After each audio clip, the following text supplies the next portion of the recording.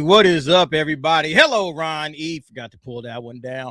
What is up, all of y'all out there in the YouTube world? Welcome to DA's office. Y'all know what time it is. It's me, the DA. Thanks for everybody hanging out tonight on a Sunday. We're about to chop it up and get into it, man. All of these great entertainment, Hollywood-type topics. We are going to have some fun tonight. Thank you all for joining us. If you have not done so already, and I can tell by the list that all of y'all haven't, smash the like button. I appreciate it, man. Everybody is here just about. We missing, I think, 2 people. All right, so we're going to have a full squad tonight. And look, everybody, I'm gonna chop it up for a while about Michael. Okay, I'm gonna be talking for a minute about Michael. If you guys haven't seen Michael, go out and see Michael. It is one of the best movies that I've had in theater experience with in several years, man. It is dope, and I can't wait to chop it up with everybody about it. Hope you guys saw it. Hope you guys enjoyed it. And obviously we're going to talk about the critical response, because the critical response to me is the story. It's even bigger than the Michael story, is the fact that now these critics are being exposed as the fraudulent idiots that they are. And you love to see it. Okay. You absolutely love to see it. Oh man, this is great shit, man. But anyway, we got a lot of stuff to talk about, man. We also going to be looking at Mando and Grogu.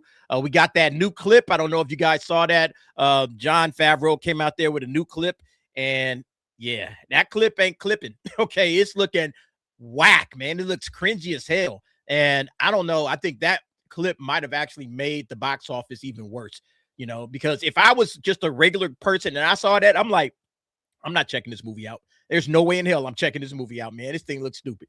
But yeah, we got that. We also got a trailer for Clayface. I want to chop it up with the fellas about that. I think the tone in the DCU is just all over the place. And that's the reason why I feel like these next 3 projects are going to fail and flop, because there's no consistent tone. And it's like, what am I getting here? We're getting R-rated. We're supposed to be getting some sort of family-friendly, maybe. You know, we're getting like just, it's too all over the place. And we don't have any consistency. So I think a lot of people are just going to check off from that alone. All right. So we'll see what's up with that. Lanterns, all right, also pulled the plug on its trailer. All right, some trailer talk. We also got a couple of clips from Mortal Kombat and Masters of the Universe that we'll check out, and Spider-Noir. Spider-Noir dropped the trailer, and I don't understand why they did it, because to me, Spider-Noir is about the noir of it all. And it's weird because they went ahead and put out a trailer that it's a color trailer. It's like, why would you give a color trailer for a story that should be told in black and white? It doesn't make any sense. So we'll talk about that. But look, I want to bring the fellas out, man, because those are the real cast, man, the real MVPs of the DA's office. Let's start with the homie Rockefeller Plaza in the house. What is up, Rock? How's it going, bro? What up, babe? Real MVPs of chat. I'm reading everything going on over there, taking down the road. I like it. Chat. I talk about the real MVP on the screen, but yeah, every time we put the chat up, y'all always great. So I appreciate you guys. Thank you very much. Thank you very much, everybody, for being here. The real MVPs. You're absolutely right about that, Rock. Is the chat. We also got coming to the stage. It looks like he might be finishing up eating something. You want to hurry up and swallow that, bro, before we bring you on? Just munching on things. All right, I think he's good. I think he's good right now. Cyfax. I'm good. You were correct. I was finishing up a meal. I was like, always shoving something. I just got some food like a couple minutes ago, and I was like, oh no, like it takes a couple minutes to say hi to everyone. It's all good. And I was like, I got time, and now you're calling me out for it. I was like, dude, I needed like 30 more seconds. Like, what's going on here? Disgusting. No, we're good. We're good. Follow that now. Good to see you guys. Good to see you guys, bro. Pause all day long, man. Swallow that. Yeah. Man. And then also we got the big homie Angel, the casual review. What up, Angel? What up? How's everybody doing? I hope everybody had a great and blessed weekend. I hope y'all got to see Michael, because it was a wonderful movie. Man, Mike was great. Cyfax, Rock, did y'all see Michael? I don't watch movies. Oh, that's right. Yes. We can't forget. Dude, this is one of the few times that a new movie released that I actually did not go see it yet. I've been meaning to go see it. Usually I see a new one every week. I just didn't have the time. The one thing that's good and the other thing about it, I know I'm sorry to cut you off, but also every time that I went to look at any of the times that I would have been able to go see it, They only had rows A and B available, and I'm not seeing a fucking movie like that. So I'm like, I have to wait for a good seat because that's how well this movie is doing. It's killing it so much that I can't even get like a C seating. So that's great. I mean, that's great for the movie, but it's bad for me when I want to go watch it because I'm like, I'm not sitting in A and B. Looking it up like, fuck no.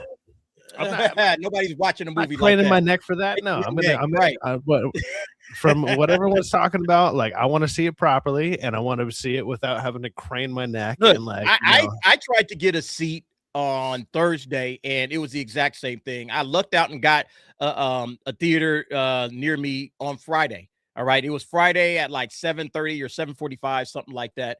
And it was, it was still not far. It wasn't up close, but it was kind of like semi up close. I probably wouldn't have picked that seat, if I had another choice, if I had a better seat. But it was still a decent enough seat. And man, let me tell you guys, the theater that I went to, man, was absolutely packed, and everybody was like, the whole thing was a party, man. Michael Jackson threw parties all over the United States and all over the world. We're going to see some of the dance moves that was going on, man, because people was in the theater. In my theater, they were dancing. All right. They were dancing, man. When the song came on, man, everybody was just getting up and getting their groove on. Crotch and Michael just because it's like, bro, I'm trying to watch the movie. But I don't want like, to say I'm indifferent from that. You already know what they expect when it comes to Michael Jackson. You are going to get up and you are going to be dancing. And you just got to expect that when you walk into the theater. You know what I'm saying? You got to expect that, but at the same time, I'm just like, you know what? At the same time, like when I go to a movie, I want to watch the movie. Like, dude, I have friends of mine who are like, they're talkers at movies. They're like, hey, man, let's get a seat next to each other so we can, chat it up. And I'm like, okay, fine, or whatever. But it's like when I'm watching something, like I want to experience the movie. I want to be able to take it in, be able to talk about it. I want to be able to digest the fucking movie. Sure. So something like that where it's like, oh, let me get up and go fucking do my moonwalk across the stage. I'm just like, I don't want to see that. What are you talking about, dude? But at the same time, I get it. A lot of folks were, when I say dancing, I do get it. Let me clarify. People were dancing like in they, like this in their seats. They wasn't jumping up and walking across and moonwalking down the stairs and moonwalking down the aisle. There's videos.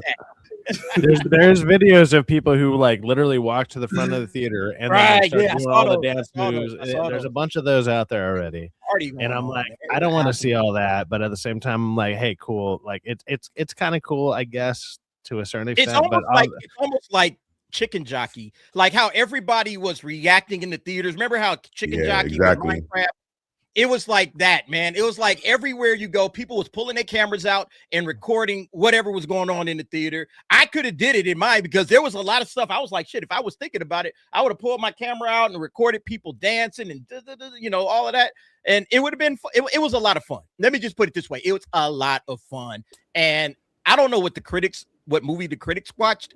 I watched a movie where everybody in the theater had a blast.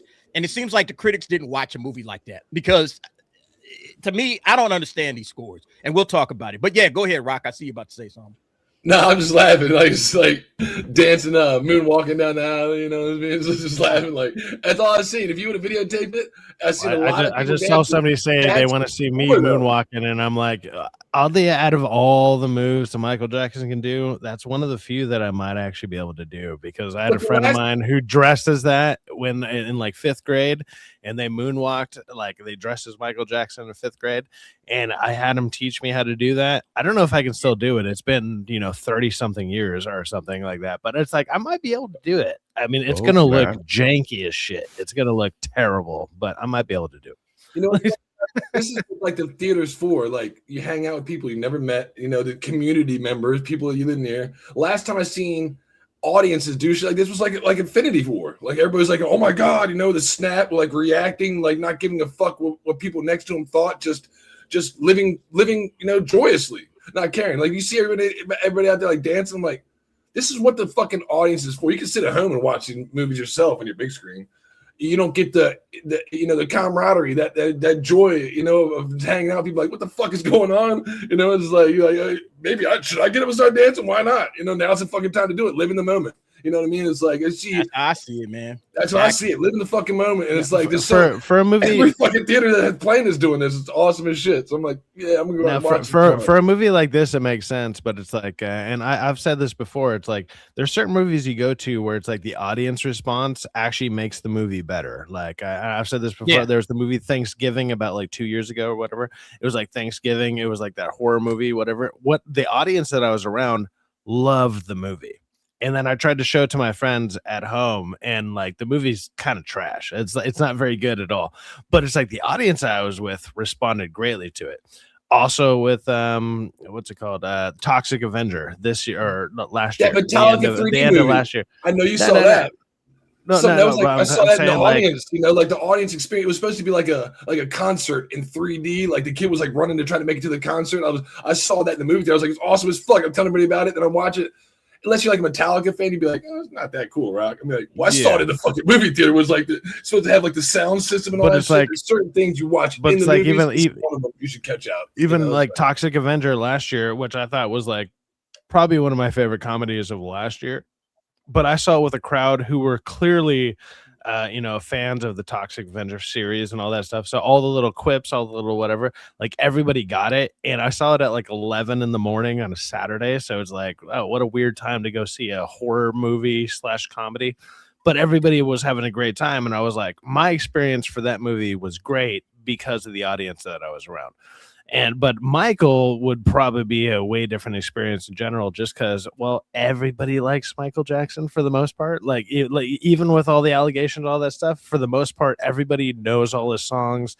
They know, even with the controversy, all that stuff. They're just like, look, he's the king of pop for a fucking reason. Like there's a reason. So look, I was really like, honestly, man, I was a big Michael Jackson fan growing up.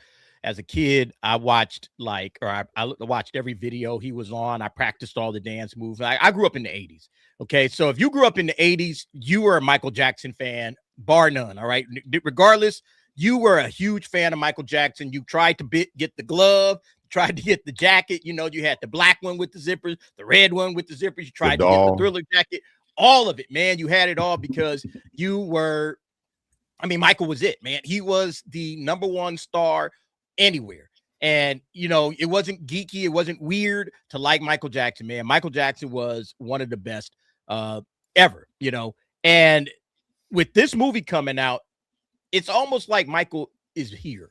You know what I'm saying? It's kind of a weird feeling, but it's almost like he's still here and he's still making music. And I don't know, man. It's like all the songs, it was just bringing me right back, man. It brought me all the way back to childhood. But yeah, let's chop it up. Let's get into it, man, because I had such a great time, man. I really want to dive into this movie. Comment of the week, you can probably already guess, is from, Supreme Legend. All right. I don't know if he's in the chat, uppercase name as he's known to you guys. Supreme Legend said the king of pop became the king of the box office. Indeed, he did, man. He absolutely is killing it right now in the box office, dominating in ways that, we just haven't seen in a while. Actually, you know what? I skipped ahead, man, because I was supposed to do something else first, but that's fine. We'll come back to the two items that I had right after Michael Jackson. All right. How Michael danced on the floor around the world, $217 million worldwide, $120 million plus overseas. It's actually 120 and then 97 million in the US, man. It is an absolute insane number. There are people out there that said, oh, this movie's going to maybe get to like 150 million worldwide. They thought it might do like maybe like 60, 70, 80 million total in the United States. It was lowball numbers. And I always kind of scratched my head when I saw him. I reported on him, but I was kind of like, I don't know, man. This movie seems like it's going to be way bigger than that. And the crowds absolutely showed up and blew those estimates right up on out the water. Angel, haven't heard from you yet, man. You did your out of the theater review. You were in New York. You saw the crowd. How was it, man? So I went to, I didn't want to go down to Manhattan to watch this movie. I went to Harlem. Like I said, I wanted to go where I felt like they were going to be to fill this movie. Yeah. The crowd was loving the movie. Like you had older women in there jamming, dancing. You had people in there laughing. It was like almost like, I'm gonna be real with you. It felt like a family gathering. Like you were just watching some old videos of a family member and everybody's just sitting there enjoying a family gathering. That's how it felt to me. Jabari Jackson, I swear to God, he embodied Michael. Like he embodied that man as far as the dance moves, as far as the emotions of that movie. He made you feel like Michael was really there again. So I mean, it was a wonderful experience. I mean, I had a little bit of complaints here and there, you know, but it was still a good movie. I'm not going to say that it was a bad movie. It was a great movie. There's some things that could have been done a little better, but other than that, like it was still something that I recommend anybody to go see. You know, take a family member, take a date, take anybody, go see this movie because you are going to enjoy yourself. You are going to sit there and you're going to be dancing. You're going to be moving around. You're going to laugh with other people because you're going to know some of these memories that you're going to relive, and you're going to be like, oh, I remember this. And the person, oh, it's the songs, like, oh, man. Look, the songs bring you right to that time period when you hear it, like, and then like when they're showing the behind the scenes, like when they're, you know, shooting the videos, like when they were doing Beat It, you know, and you just remember like, yeah, that's right. He had like gang members in there dancing with him and stuff. It's like, he started crip walking. That was the funny part. I was like, oh, I was like, you had all of this, like, again, like I said, it was the behind the scenes of Michael Jackson's life. Yeah. You know, and it was all of these memorable moments, even to the stuff like with the Pepsi ad and all of that stuff, man, just bringing you right in there, man. Let me bring Uncle T to the stage. T, what up, T? What up, bro? Did you see Mike, man? Did you go to see the movie, man, this weekend? No. What? No. Fart Jack looked like a freak. Me and you are the only ones that watched the DA? Yes, so, man. I tell you what, hey man, look, I tried. I it think was just like Katie and Andy, I think, saw it, and they're gonna be here. Hey, look, I tried, and the best way I can put it, it was sold out. Like, I mean, like all the yeah. We got the excuse when you, I get that. I'm looking at T right now. How did you not go and watch this movie, T? What the heck? What happened? You didn't moonwalk your way down to the theaters to go see it? Hey, come on, man. You gotta call you to the carpet on this one, man. What the world? That's the 90s. We decided 88. My bad. You not a Michael Jackson fan, man? Yeah. You had other things to do. Yeah. Oh yeah. Oh, you had a GYN appointment. Oh yeah. Oh yeah. You had a PYT, right? You had a PYT. T said, "I got a different PYT." I want to love you. Oh, the way she made him feel. No doubt, I can't hate on that. He had a better weekend than I did, so it's all good. Yeah. Was it? He might not have seen. He might not have seen Michael Jackson, but he was listening to it in the background for sure. He had somebody saying, "Chimona, Chimona, Dirty Diana." I happened to watch Angels out of the theater review there, DA, and I noticed that everybody that went to see the movie, because the critics gave it a really low score, like less than 40, right? Everybody that I've seen that's actually watched it gave about an average of 7.5. So I'm wondering how it got from like 38. Like critics scored like 7.5 real audiences. Well, I think it has to do with that photo we just looked at. That photo we just saw when he had like the white and red shirt, it was a blue and pink shirt, which we all know is the Lyft, the color of the Lyft scooters from Orlando when we went down there, right, Sci-Fax? So when they changed the blue and pink shirt to the white and red shirt. I remember Angel was looking at one of those for a second. And we're like, hey, you sure you want to be riding one of those? Because we're going to take a picture of you on it. And he was like, nah. It's the Lyft logo. If you guys know, you know what I'm talking about. You remember the scooters. You remember the scooter. No, I remember the scooter. This is supposed to be a blue and pink shirt right here. This is supposed to be a blue and pink shirt. The Lyft logo. That's what we'll call it. This is the behind the scenes, though. That's what I'm saying. It wasn't the video. This was when he was just doing like the dancing scenes, just, you know, doing choreographing background stuff with them. That's what it was. So does he change his shirt to the blue and pink one? I don't know because I haven't seen it, but I've heard a lot of controversy over that. And I'm like, really? Because when you're looking at the movie, you're not really paying attention. I mean, there's certain details that they really get, you know, down to the T, but then there's other details that you're like, okay, it's something that you could kind of overlook. You know, it's not that big of a deal when it's Michael Jackson. We can overlook it, Angel. But I could. Like, to me, it wasn't. Like I wasn't paying attention whether or not he was wearing a pink shirt or not during that, video scene. Like I was just worried about the authenticity. Oh yeah, yeah. Look, there's Michael authentic Jackson the scene fans was. that was watching every single bit of it. Yeah, and, it's been years. Come on, I don't remember that. I was back when I was like 7.5, 11 years old when he was wearing. Again, so the average, what I'm hearing about. So here's the box office for the opening weekend, man. 217 million worldwide. I don't know why people thought this movie wasn't going to do more than, like 150 or whatever they thought it was going to do. It's like, are they unaware of how big Michael Jackson is? It's like, are y'all sleeping at the wheel right now? Like, Mike is huge, man. He's the biggest star on the planet. And every critic was trying to shoot it down, right? We already saw the Rotten Tomatoes store did a couple of videos on this. This 38% is just, this is foul. I'm sorry, man. This shows you that the critics are really irrelevant, man. Like, if you were thinking, okay, I can still kind of peek at the critics and see what the critics are. Nope. Critics are completely irrelevant. They don't matter anymore. They don't rock with you, okay? They ain't rocking with you. Rock with you. They ain't rocking with you, all right? They rocking with themselves or somebody else. I don't know who they rock with, but it's not with the audience. It's not with the fans, all right? 97%. This is the problem. It's this big gap. If this was like 58%, it'd be like, all right, man, the critics didn't like it, but it's kind of close to most critics like it. Most critics would have liked it, at 58%. That would have been one thing. This is at 38%. This is basically saying out of every 10 critics, about 3 or almost 4 of them said this is a good movie. The rest said it's garbage. And it's like, come on, man. See, this is why I can't trust critics no more, man. But what did you learn? What's different about this movie that I didn't see from 1993? What's different? It ain't about it. Yeah. Go ahead, Angel. What I'm going to say, in my opinion, was different compared to all of the TV-made movies that you've seen. It was more of them just looking from the outside in. In this aspect, to be real with you, you had the bodyguard of Michael Jackson, the person that was there with him more on a daily, giving you a little bit more details and other things that we really didn't see.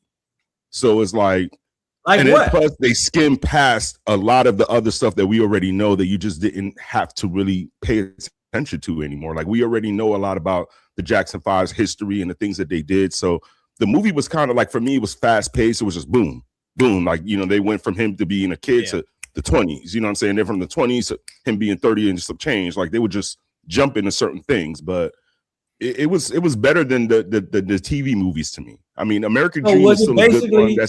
Was it basically Michael Jackson's an Avenger, and he doesn't think about sex at any time? He's a young boy, Jacko, doesn't think about sex, but thinks about fucking monkeys. What the fuck? What kind of? Wait. What are you talking about? I don't know where T is coming from. He wasn't thinking about fucking the monkeys. Was there sex in the movie? Was there any relationship in this? Was that Michael Jackson's persona that you knew of when he was? Hold on. Did he get his whistle wet?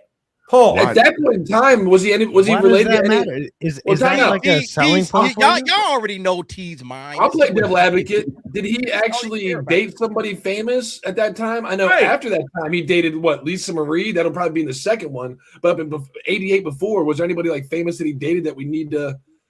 No, like, this movie ends with the Bad Tour. So this is all before. This before he even got married. This is like early on. Like this ends with the Bad. It ends like late 80s, right, or something. Like the Bad Tour was 88. It ends with the Bad Tour. The last thing you see was Bad. This isn't about Michael Jackson's sex life. I'm sorry if that's what you was expecting to watch. This is about Michael Jackson. What do I know? It sounds like that's what you wanted. Wait. Let me explain it. This is about Michael Jackson's music. This ain't about his sex life. This ain't about who he was fucking Peter Pan. This is about exactly. So if you don't look, T ain't a Michael Jackson fan. That's why I was saying he ain't a Michael Jackson fan. That's all right, T.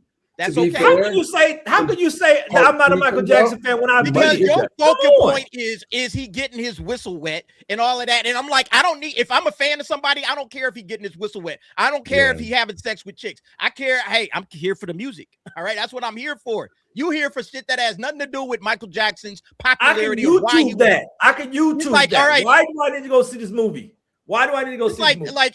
It's like if T was a fan of some like sex worker, he would be coming to say, "Hey, did she sing songs? Did she do this or do it?" It's like, wait, are you a fan of this person because of what they're like? You not a pair. Hey, it'd be like, hey man, that don't work here. That don't work here, man. I'm a fan of If you're a Michael Metallica, Jackson but did fan, they that's fuck the though? point Did of they the fuck movie, though? Is his Like, musical career. T's got a valid argument, but I think what I need to be said is it's a two-part. It's a two-part film. No, he doesn't.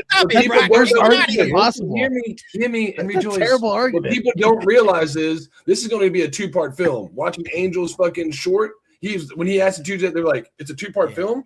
This ends in '88. What some people are talking about, Lisa Marie's marriage, the allegation, that may all be in the second part. He is here to derail the film and throw an M80 into the mix. That's all he's here to do. He don't care about the don't try to explain it away, Rock. That's T doing what T. For those that want the allegation, he's trying to derail the conversation and make it about something that right now. Why? Why do I need to go see this movie? Why? T, it's not a matter of need to. So if it was talking about Michael's sex life, then you would go and see it because you're interested in Michael's sex life. Why do you care about what who you Michael make it sound like? Jackson 5. That is a weird take, man. Why are you concerned about who Michael's That'd be interesting. No, it's not. I don't care who this dude is smashing. Like, but did he I fuck don't care who no man is smashing. I'm not interested in it. Did you see the TMZ video that they posted? Where he was in a limo and he was like, "Look at that girl with the big titties. Look at the titties." That's what he said? Was talking titties. Send me that clip. Send me that clip, y'all. I want to see. What's in the movie? You gotta go watch it on my page. Look at the short. I posted a little 9 seconds of it. Out. Where he's literally like, "Look at the girl's titties. Look at the titties." Michael was a man. Don't get it wrong. He was a man. He just played a role. That's all it was, though. But he's out there, dude. Like Mike said, when Mike pays attention.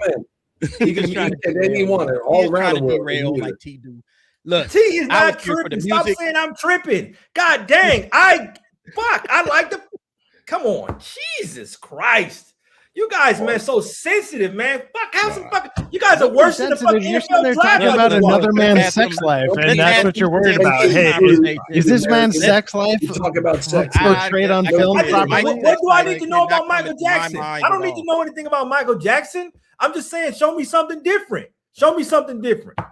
Okay, he spent more time with a fucking Bubbles than with the girl. What? Do I care about that? No.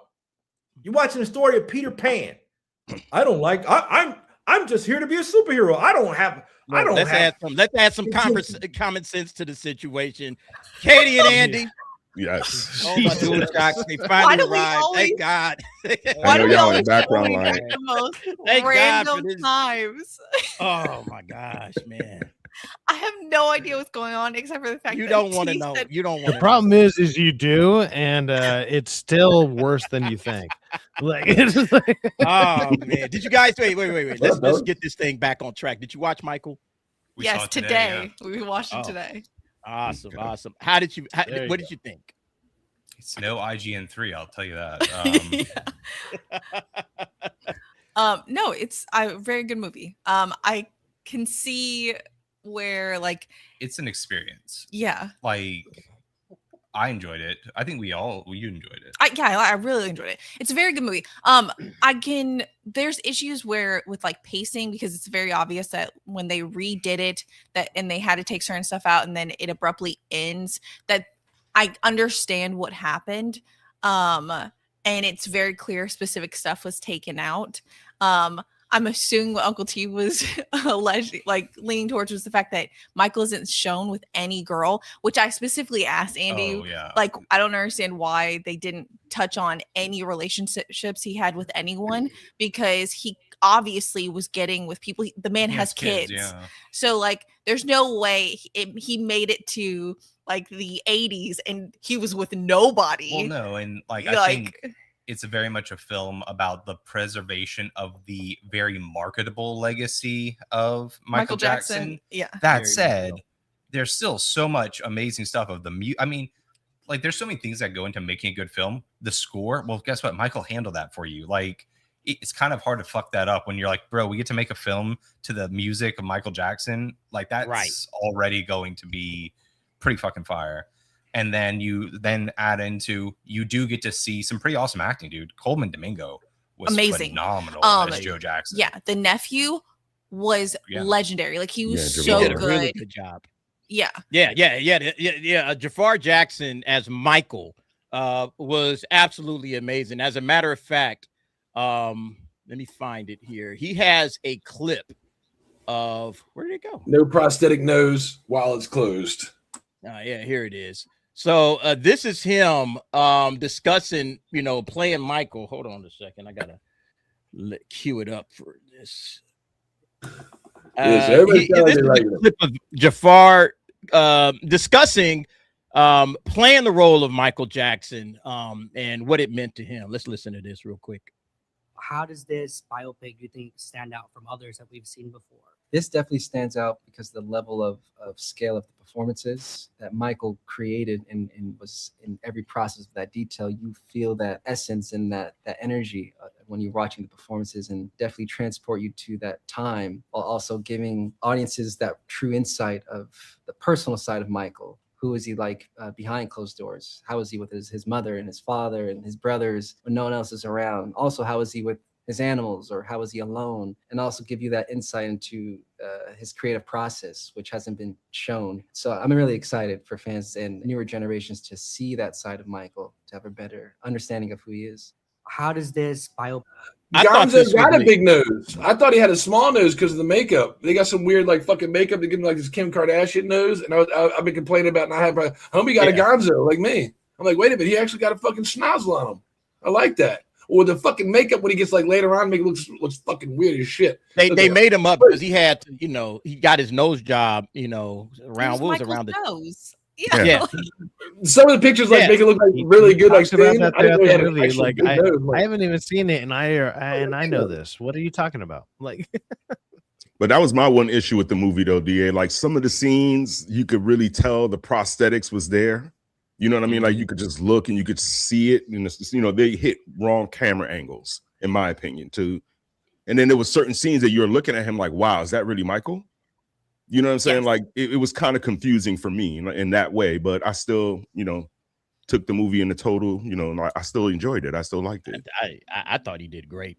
He looks really good. I mean, he looked like him, obviously. And the wrong lighting, and when he turns his head the wrong way, if he's dancing, he'd be like, holy shit. You'd think it's like the Tupac hologram in the wrong lighting. You know what I mean? He looks really for those that lived it, the fucking hair, like the way he's standing, he got the same mannerism. Got DNA in him, but it's it was fucking crazy, spot on. It was really close. Yeah, I mean, it like I was saying, it was like Michael was still here because he really embodied the character. The character, I shouldn't say, his uncle. All right, he embodied him perfectly. And this was his first role of any kind. I don't think he did. I don't know what else he might have done. Maybe he did some theater, some dance, but this is his first acting role. And I mean, he nailed the Michael, talk, like his voice, like everything, man. He sounded like him. He looked like him. I was like, spot on. I don't know if he can go anywhere further with this though, because everybody's going to immediately pull it back in. How are you going to go further than embodying, I don't know, one of the most iconic figures of most well, I mean, he's like lifetimes. 29. Like, can he keep acting after this? Like, sure, hey, but it's like, hey, you're embodying like one of the most iconic figures of most of our lifetimes. Like, between even this panel here, we have maybe 20 some odd years that are between us, give or take, here or there. But it's like, dude, we all know what Michael sounds like, looks like, and everything. And it's like, this guy does that one role. What are you gonna do after that? Because everybody's gonna be looking at it like if he's a good actor, he needs to go 180, be like a villain, show his range, do something completely different because everybody's gonna know him as the dancer. This is all he needs to do. I mean, they clearly got money. If he's smart, he needs to drop some music. Because he's a singer, so he just needs to drop some music, try to take off from that point. You know what I'm saying? Like, he needs to drop his own stuff where people are going to pay attention to him as a musician, because as an actor, I don't see him going further than this role, to be honest with you. Like, I don't see that. I mean, maybe not as acting, musician. No. Like, you're right, Angel. I think you're right. I would probably consider jumping into the music game and trying to parlay some of this success, and do something with that. I don't know if he can or not. But look, man, I thought this was interesting, man. Like, Michael Jackson started charting again on Spotify. Okay, just from this movie dropping, all right? Michael Jackson charts 7 songs on the global Spotify chart following the release of Michael the movie. So Billie Jean at number 9, Beat It at 28, Smooth Criminal at 108, and then They Don't Care About Us, Don't Stop Till You Get Enough, Rock With You, and The Way You Make Me Feel. And I thought that was interesting because like some of these songs didn't even show up in the movie.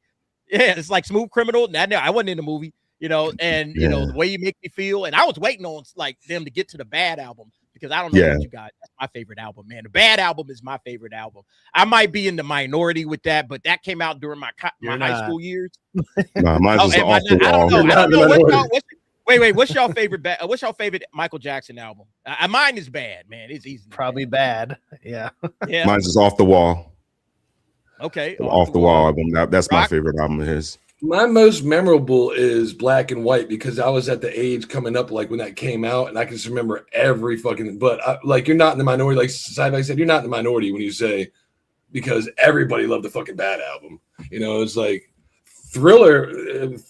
Bad album was a shit. You know what I mean? Well, it's not just the songs, but it's also the music videos. They're iconic. Like everything about that album, it stood out on a different level than everything else. That especially at the time, like Jesus Christ, like it just really stood out. So Bad has some bangers, man. Bad has just nothing but heat. The Way You Make Me Feel, Man in the Mirror. What's y'all, Katie, Andy? I didn't ask. What's y'all favorite album? Oh yeah. So it's actually funny because like the scene where he was I didn't realize, but I guess it would be Thriller because I grew up listening to music on like greatest hit stuff. Same. And so seeing him, so I never really realized which songs were on Thriller because I didn't think about it in terms of albums. And you play Vice City. Well, dude, like Billie Jean's in Vice City, Right. And so like you're watching this, and when he's moving those, and like it dawns on you, like, crap, that was all in one album. Like, and you're like, holy shit! Like, no wonder. Because when was the last time you had somebody pump out something where the top 5 things you're like, oh, those are maybe like the top, all would be in the top 100 songs of all time, like crazy, Yeah, Bad and has came right back and did it with Bad. That's why it was like you said, Andy, he had Thriller, and it was like, dude, this fucking album is like every song's amazing. It's like it's got this worldwide. You can play it anywhere. There's no way. This is a fluke. He can't do it twice. Yeah. Well, if you simply just look at like the CD era or mixtape era or whatever, it's like whatever mix or whatever tape or CD was coming out, like there'd be 1 or 2 songs per album that came out. You're like, okay, that's the banger, and it would probably be the one that was played on the radio or whatever. But it's like Michael Jackson was able to drop like 5 bangers on one, or like out of 16 songs or something, because that's what it was back then. It would be about 14. Man. And then he had multiple. Man in the Mirror. You had Smooth Criminal, Man in the Mirror. You had The Way You Make Me Feel. You had another Dirty part Diana. of me. Oh my god! Like the hits on Bad is just like mind blowing. But yeah, Thriller. They all hit. It's hard to pick one. It is hard to pick a greatest Michael Jackson album ever. And you're not wrong. If you said freaking Dangerous. Yeah, Dangerous is really really good. Well, Dangerous got some bangers on it. And then when you were showing when he was in Jackson 5. I didn't realize half those songs were sung by the Jackson 5. Like I grew up listening to that stuff in the house, not recognizing that was the Jackson 5. I was like, what? Like, wait a minute, this is a Jackson 5? You're showing your age, Katie. You're showing your age. I was a kid. I was like, my mom played it. I'm like, I don't know what this is. And so we're watching the movie. I was like, that's the Jackson 5? I was like, that makes no sense. It's funny she said that. That's why. Well, this is being a 2-part film. A lot of people don't know that, D. You know what I mean? It's like a lot of people, if you're my age, 40 fucking going on 5. I grew up in the black and white era. You don't remember ABC. You don't remember the Jackson 5, that he was part of that. So we need to show the Jackson 5, his music there, before he even got to the 2 iconic albums, Bad and Thriller. There's a lot to showcase in one film, and stop it at the fucking Bad, the tour. There's a lot in one film. So when everybody's like, oh, there's not this and that. Maybe it hadn't happened yet. One, because he did a lot. Oh my God. Some of the complaints though out there, DA, is ridiculous. Like I seen one YouTuber, right? And I was going back and forth with this person too about it. She literally put up, she was like, oh, I don't like the fact that they didn't show Michael Jackson's teenage years. And I'm like, are you serious? I was like, what did I'm not knocking Michael, but Michael's teenage years weren't banging like that. for everybody to be like, oh, we need to see his teenage years. Like they jumped But all the way to when he started off the wall. You know what I'm saying? So why are you complaining about his teenage years? Like it's the complaints out there. They from had no. They had Ben. Ben is in his teenage years, right? Yeah, they had Ben, and that's his pick. That was when he was a teenager. But she wanted more detail. Like she wanted. Just complaining about extra details and certain errors, and it just didn't make any sense. I want to know. Hey, I'm a teen. He's a boy. You mean a teenage boy isn't fucking horny? Come on, man. Like I'm not trying to show him as a teen, but show him as a young adult. You talking about middle way? You're out there highlighting his musical career. It's like if you want to go and look into his fuck trophies, I mean that's a whole different. I'm not aspect. saying that. Like, listen, hey, I don't know of any other artist that can gather people together and be happy about his career. Like his career is unprecedented. Like even when you got I'm listening to you. I'm listening to you, and everybody has a smile behind their voice. Even in the chat, if you're looking at the comments, there's a smile behind the comments because of the way his music transcended humanity. Now, who can say that? Who can genuinely? I mean, there are plenty of artists that may come to mind, but off the top of the dome, Michael Jackson, man, you just gotta. I haven't seen the movie, but I'm sure you're being taken down memory lane to experience that. But that's what I'm saying. Like even like in the movie theater, like in the lobby, they're playing Michael Jackson's music in the lobby before you even get into the theater. And then even when we left, I know tons of people who watched the movie who said afterwards they listened to a ton of his music. Even when I was working before we even got on the stream, I was listening to the music while I was editing and doing other stuff. Dude, so I've been listening to Mike Jackson music all day. Yeah, that's what I'm saying. So like it elicits this like emotion and feeling. Euphoria. Yeah. And so, but I feel like that's the issue that everyone's running into with his biopic. He's so well known. There's so much of his life that people like are invested in, that people know, that it's like it's impossible to put it into one movie anyway. Yeah. I'm assuming you guys already talked about like how well it's doing at the box office. And like that's so heartening because like I was like kind of down, like thinking no films really do that well. And just post-COVID, would there be people going to show up for this? But then on the flip side, it is kind of sad because he was never not famous. So his whole life. So I get what Angel's talking about of people know where he was when he was 8. They know where he was when he died. I can't think of another celebrity who is that famous that long.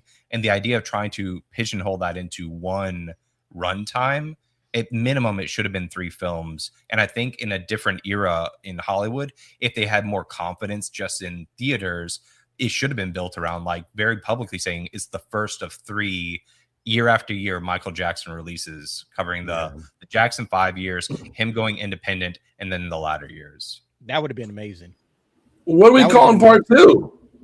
Michael they will have a part 2. I was literally going to break it down just like office, that, but they're absolutely going to have a part 2. What are they going to call it? Jackson? Michael 2? No, it's supposed to be the last, I think 30 years of his life, 30 or 40 years of his life as well, 30 years. So they're going to go through a lot of details. The Bad Tour is literally his 30th birthday, right? Or his 30th. That was 1988. That's when he turned 30. That was the Bad Tour. So probably the next, your second movie has a easy title to go. Like just like do Michael Thriller. I'm sure they ended the movie on like Thriller or whatever, but just call it After Thriller or something like that. Like just do it. And he was still killing Michael it. Jackson is it'd be easy. Like but that was the issue. People will still show up. A lot of fans people showed up to the ticket booths.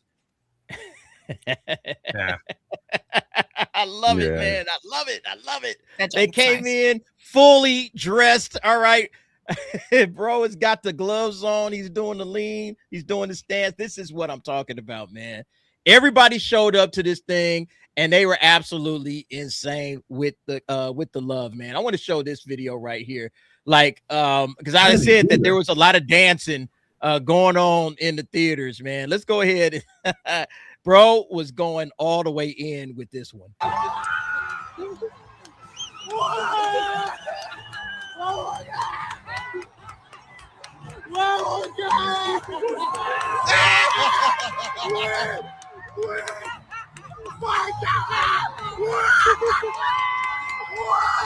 That's it.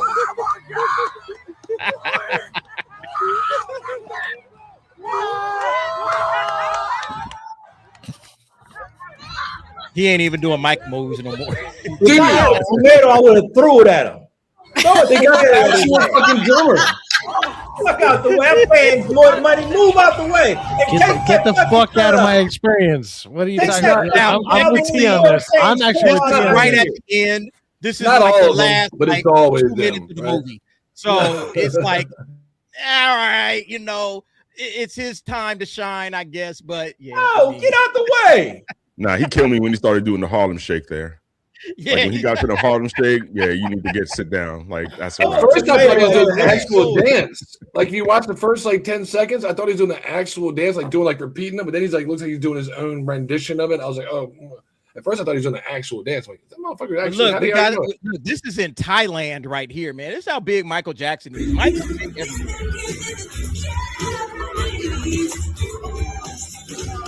I'm telling you, man. It hasn't been a movie like this in years to make people feel this way. Terrible dancing. What is going on here? This is during the credits, so it's like, all right, you dancing during the Okay. credits, that's fine. Yeah, But, during yeah, the I mean- credits, go for it. Yeah, they getting down, man. And they loving it, man. Like I'm telling you, man, it was literally a party. This is in Thailand. All right, Thailand. They over there.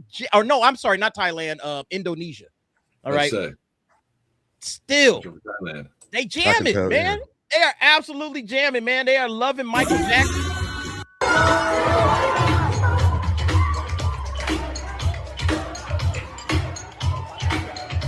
Amazing to see. So amazing to see.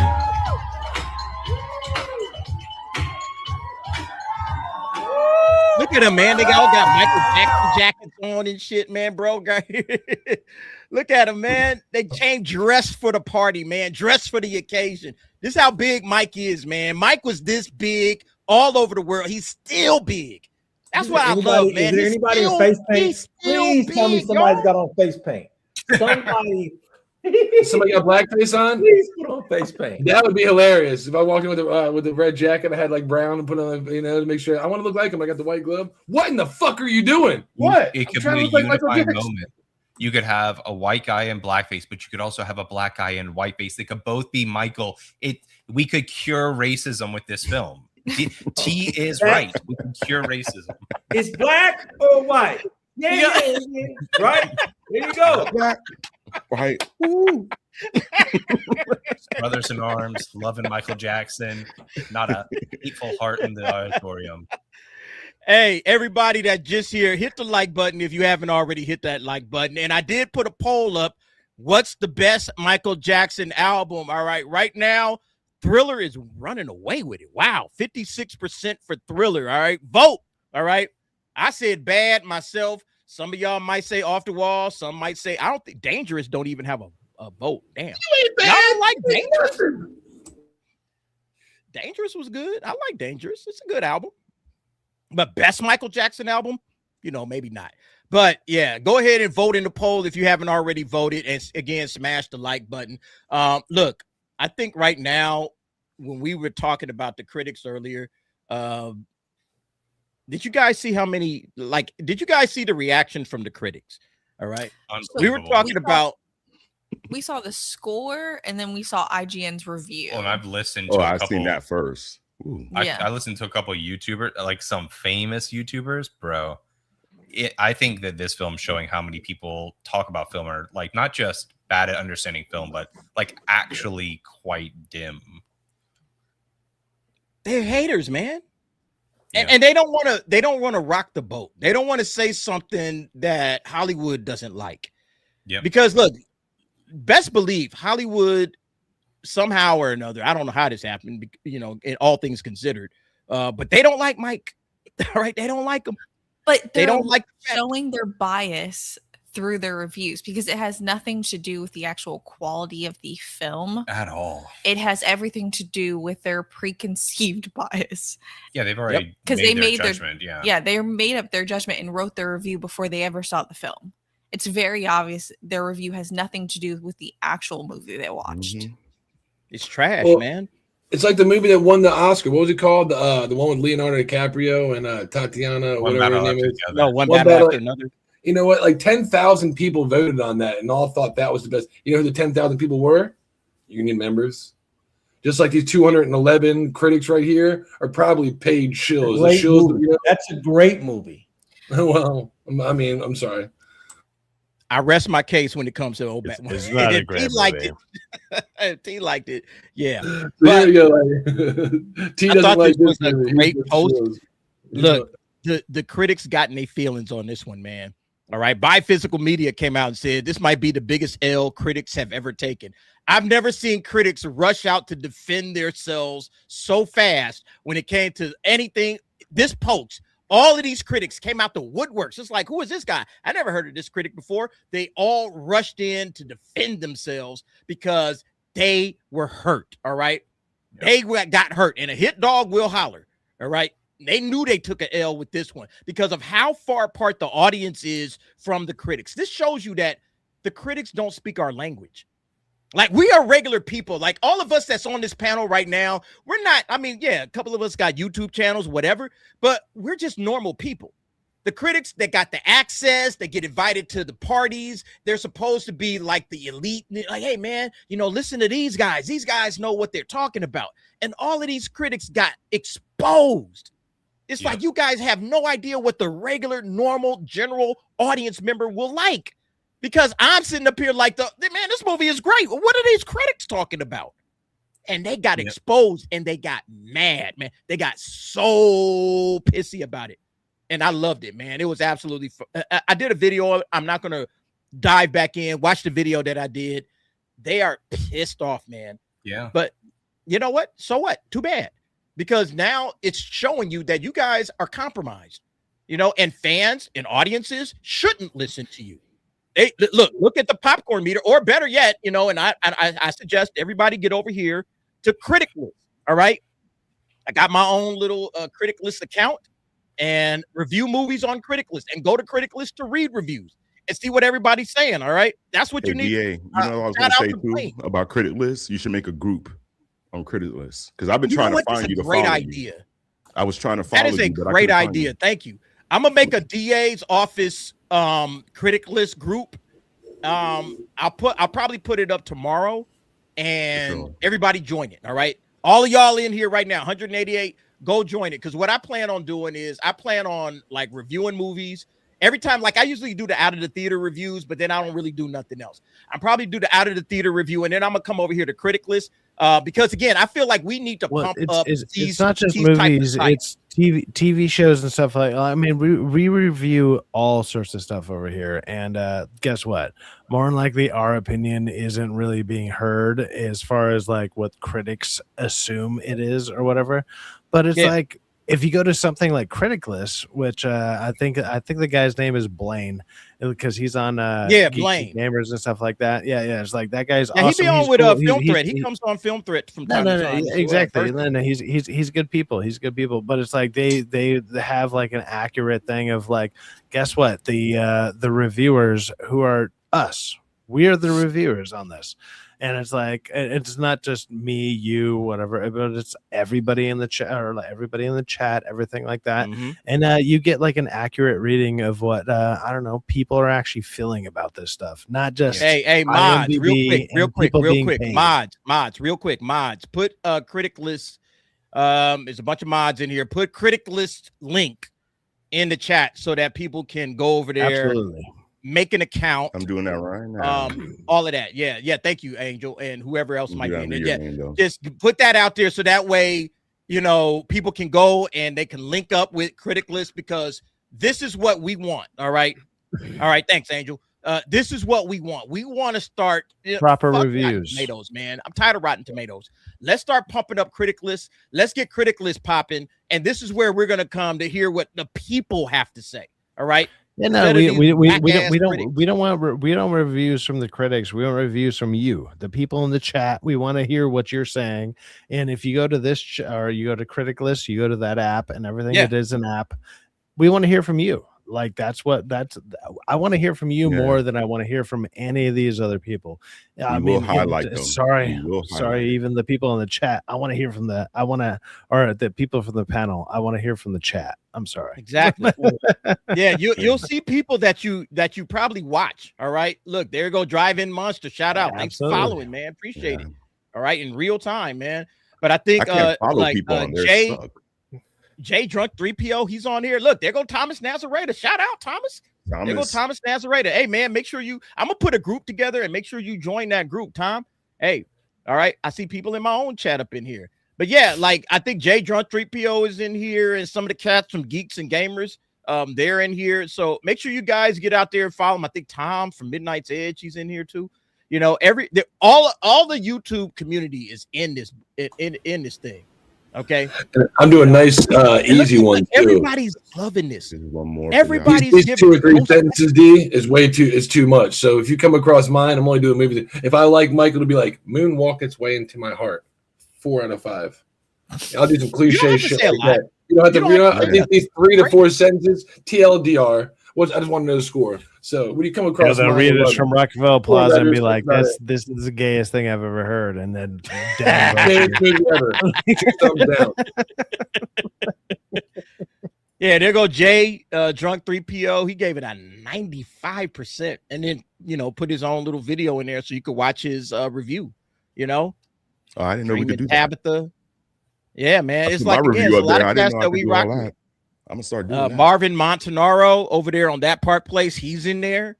Okay, look, when you guys join, go follow these guys. All right, go follow all of these guys, and look, we'll build a community of real people that really understand what we like. All right, fuck them Rotten Tomato critics, man. We're gonna go with what we like. MMA, Chris King, what's up, baby? I'm kind of like iffy on the rad thing though. I like most excellent, rad. I'm like, rad. Can we change it to like bad for like Billie Jean or some shit? I'm like, look, there go Al, man. Alan Ing, my pal Al from Film Threat. The Merciless right there. We all over there, man. We all over there. I just don't review enough. I don't do a lot of reviews on this, but I'm gonna start doing it. All right, Krista Nova. Okay, she over there. Y'all there. You gotta start. We gotta start doing that, man. Yeah. Rock with these guys. Jump go over back there. Go back up. That was Bob's movie reviews. He's a good dude. He's good people, man. Who is that? Right here? Right there. Yeah. Okay. Let's give him a shout out, man. That's movie reviews. Was it good? All right. Yeah, no. He's good people, man. Go over there. Go to Critic List. All right. These are all people that follow a lot of us. Paid to do this. Let me say this. Blaine is my dog, man. He's a good dude. I wasn't paid to do this. I'm here because I believe in this product now. Like, I'm tired of the critics. The critics are getting it wrong every single time. I put that on my video. Where was the critics with The Acolyte? You remember where the critics were with The Acolyte? They loved The Acolyte. The fans was like, wait, what? What TV show did y'all watch? We got to start building our own shit. You know what I'm saying? What was you about to say? No, I was gonna agree. Like the that one critic who was like crashing out, like clapping back at people, being like, just because we give it a low score, we never think about it again. We never feel bad that we didn't like a film. And it's like, see, you just exposed that you're not a film critic, though. Like, the whole point of being a film critic, a food critic, is not just to go around saying what you like. You have to understand enough about movies to be able to tie it to a qualitative metric. If they're just people saying I like or dislike the film, how is that better than the audience? The audience is a much more reliable indicator. And when the things that they like are so clearly different from what the people who are willing to pay money to go to theaters are willing, then what the fuck is the point of this? You have no value. You give no insight into the art form. You give no insight into what people who want to spend money in the theaters will go buy.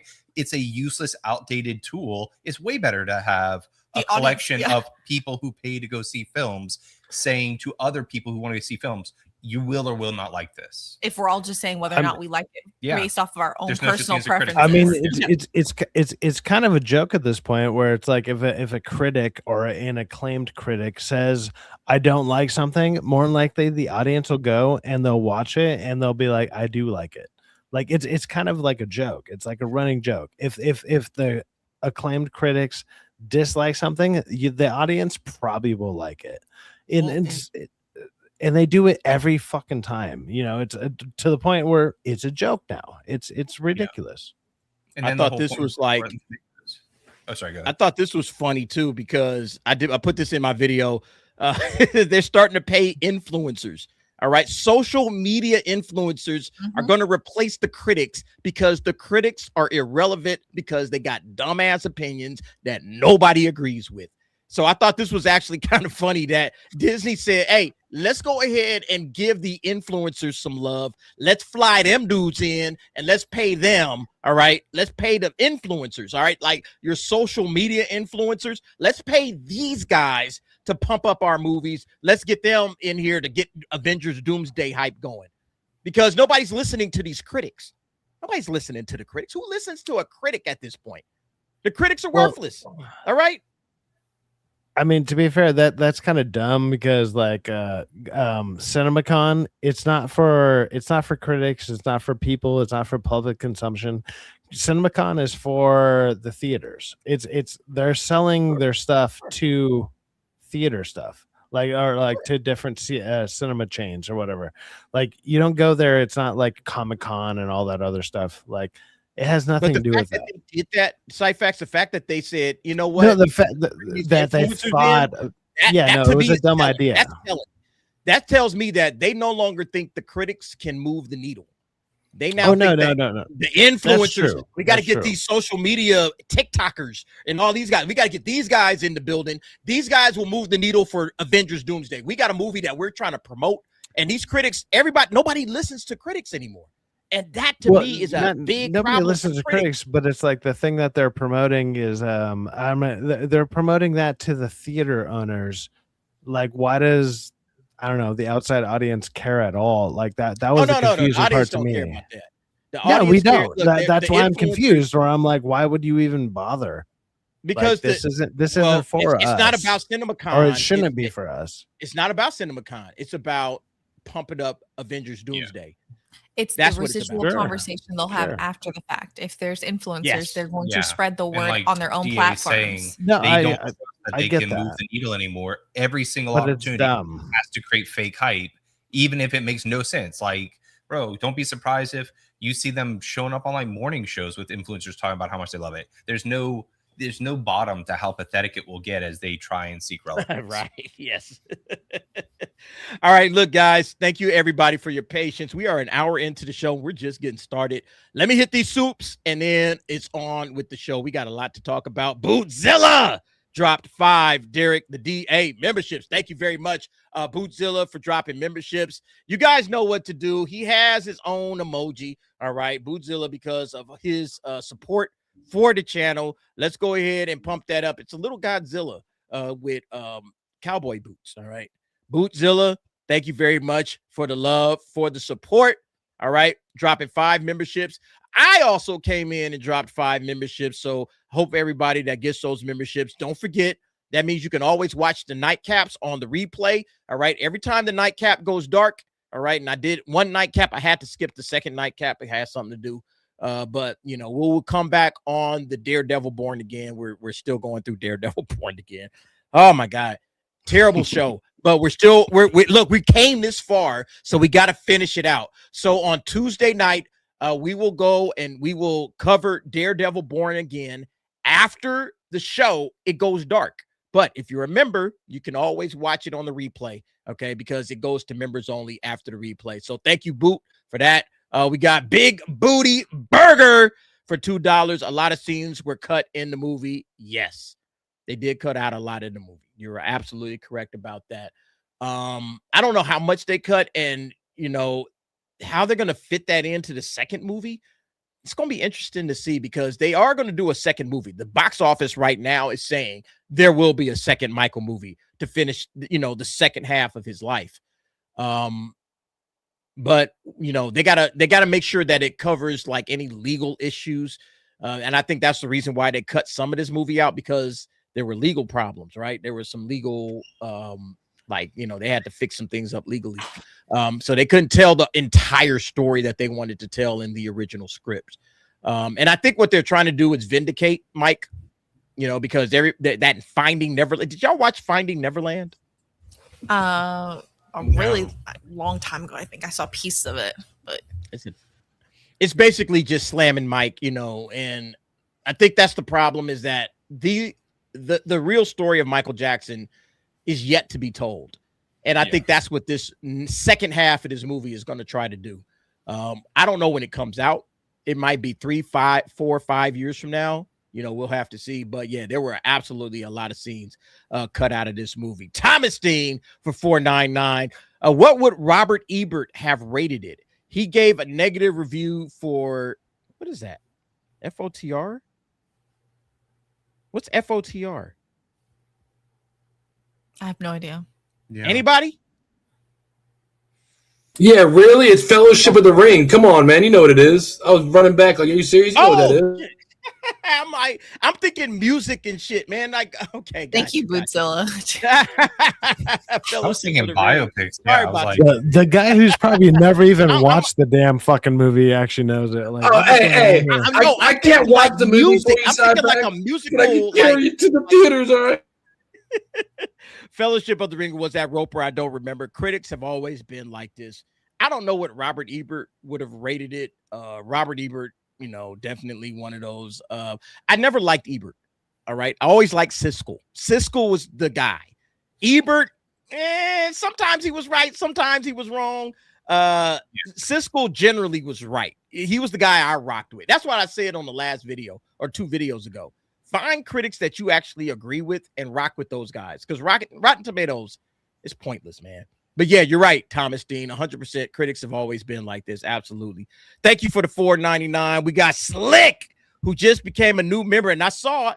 It was a lead prosecutor. Thank you very much, Slick. Shout out to you, brother.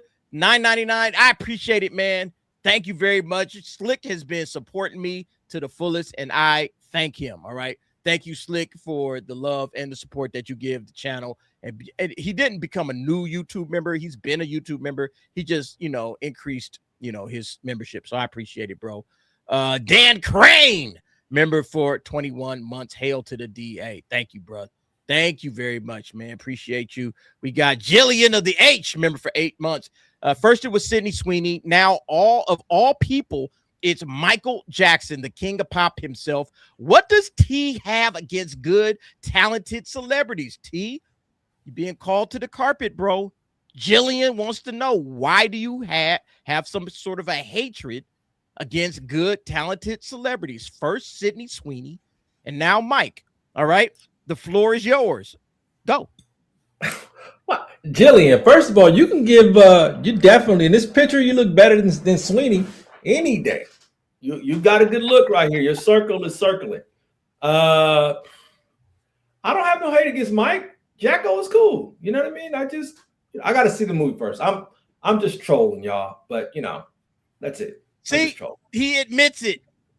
He admits it. He's just trolling. All right. That's why I always tell y'all, man, don't listen to T. Y'all be taking no. Listen to T. Yes, I'm trolling on this one. On this one, I'm trolling. He trolling with the big takeaway is never listen to T. We got on this particular moment. I'm trolling. I ain't seen the movie yet. When I go see the movie, y'all get an update on Tuesday. I'll let you know. He's trolling with Sid too. All right. No, I'm not. She's definitely mid. But Jillian, this is your photo. This is it. Your photo right here. Hey, you sneaky 7. You sneaky 7. Jillian, if you ever come to town, Jillian, you're on T's radar now. You do not want the soul pole. You do not want the soul pole. You do not want this soul pole. I'm telling you. Woo, Lord. Thank you very much, Jillian. We got Jerry Morales for $4.99. Oh, snap. Katie and Andy making some great points, but on a side note, I usually defend Uncle T, but he tripping. Of course he's tripping. Jesus. T always tripping. Don't even trip, man. That's how T do it, man. Thank you very much. Nick Knack for $10 says, yay, Katie and Andy are here tonight. Hail. And an early happy birthday to Katie. Katie, is your birthday? Yes, happy birthday to you, Katie. It's 12 Tomorrow. o'clock over here in the East Coast. What? It's your birthday. Happy birthday to the Happy birthday. Cakester. Hey, Y'all look, make sure you go by Hold My Dual Shock when I lie tomorrow and bless her with some happy birthday presents, if you know what I mean. Hook it up. get over to Hold Open My your Dual wallet. Shock. Wallet Super open. chats. All the right. super Look like chats. she's starting early over there. There better be $100 to super chats coming in every hour for Katie's birthday, man. Every hour on the hour, man. Make sure y'all stream it long so everybody can get in there and wish Katie a happy birthday. She says, but I do have one gripe on your birthday thumbnail. You do not look like anything the people on there. Like, wait, what? What is she Does she have talking purple about? hair? Or is her hair not purple in it? What happened? No, they're AI generated images of other. First of all, Katie made the thumbnail herself. Very egotistical. She put her face All right, on now I gotta every find it. one of Wait, the wait. characters. Hey, We gotta see this again, man. as someone who got to meet Katie and Andy in real life, I will say the only thing that's deceptive is Katie's taller than she is. Yeah. and everything. Like she's almost taller. dunked it on me. That's it though. But I mean, not that much taller. But Stop it, bitch. she's Yeah, not no, taller than Andy's me. taller, But too. she's like Andy- 5'9" or hey, something. She's like don't be- 5'8", hey, 5'9", something like that. Andy got muscles underneath that. Hey, that's a That big guy. motherfucker's a Andy motherfucker's a scared the beast. shit out of me. when I No, met him. no, I no. was Hold like, on, what hold the on. Hold scared on. the shit out of me, and I'm a big Meeting guy, Andy- dude. meeting That Andy in scared person, me. I'm a big deal. Like I'm a decent sized motherfucker. That guy fucking put me real, to shame. dude. I was like, Jesus Christ. He That had that guy's same huge. look too. He was like that guy is fucking. Wait a huge, minute, dude. Katie. Wait a minute. The Michael What is Jackson this? one, the killer What is one. this?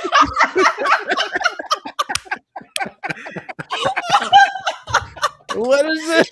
She got That's what Padawan. I made. She's Starlight. What the heck? I hate y'all right now. Katie, wait a minute. What are you doing? She's every character. Oh man, this is dope, man. I I can't thought wait so was to their character. It's my birthday. Hey, Hey. look, I ain't mad at you, man. Look, you got it. You got it. She got. Look, wait a minute, man. She's what are you? Are you Jen Urso or wait? What is that? You got Supergirl going. I see that. Obviously, she's Mace Window. You Starlight, Yeah. and then what That's were you? Michael Obi Wan? Which Jedi are you? Mace? Is that Mace? It wouldn't let me do it. I literally had to do generic Jedi, and then it wouldn't let me put it into a fighting position Because she has purple hair.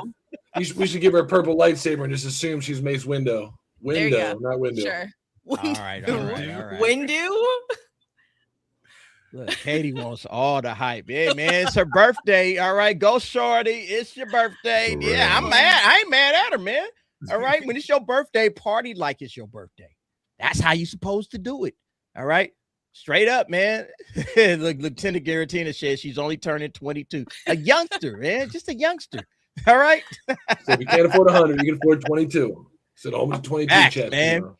thank you, Nick Knack. And also comes back, even though Unc T for $5, even though Unc T is bugging, I can't be mad at a guy with that badass Superman poster. Hail, Uncle T. I Yes, like that indeed, Joker man. poster too. That Joker Yeah, he one is got sick. that Superman poster. Look, yeah, T, he's our guy. All right.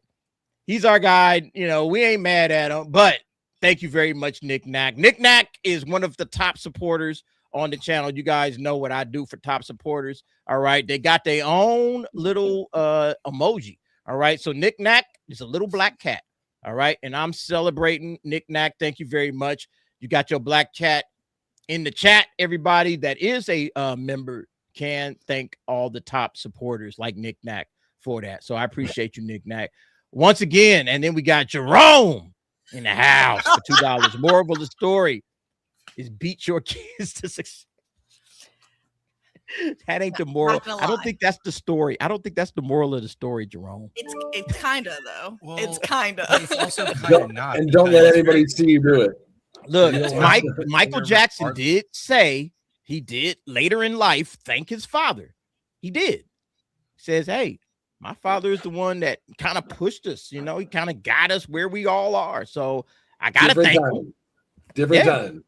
I That know belt. some there's some people that in my family that may or may not have used belts. Hey, I grew up under corporal punishment. The fucking principal paddled my ass when I was in first grade. Different times. Now, if you see the principal, maybe is it something I did wrong? How could I have done my job better? It's completely different. So when you hear Michael got his ass beat, every fucking kid got their ass beat back then. So it's nothing special. You know what I mean? He might have got hit once, twice too hard. So did every other kid. You know, welcome to the fucking what age? What year was it? Yeah, I barely know you that well, but at the same time, like I think you could do your job a lot better, like all the time. Thank you, Jerome, for the love and the support. Bootzilla for $5. These modern critics are terrible. Most of them rate movies based off emotions and biases. Where's Ebert and Siskel when you need them? 100%, man. I agree. I miss the old school, you know, like what was the name of that one critic? Shit, man. Rick Reed, or was it Richard Reed or something? I forget his name, man.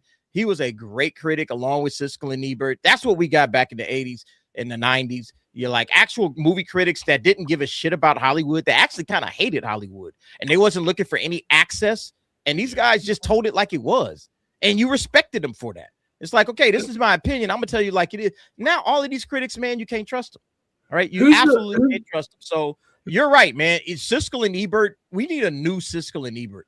You know? Who is that? And I think like Alan Ing and Chris Gore kind of fill that role a little bit because they never in alignment, but they always give you their honest opinion. So I like them. I was saying I like Drinker and I like Jeremy Johns. But the thing is, instead of just having two people who are kind of close together, you have, you got Drinker, you got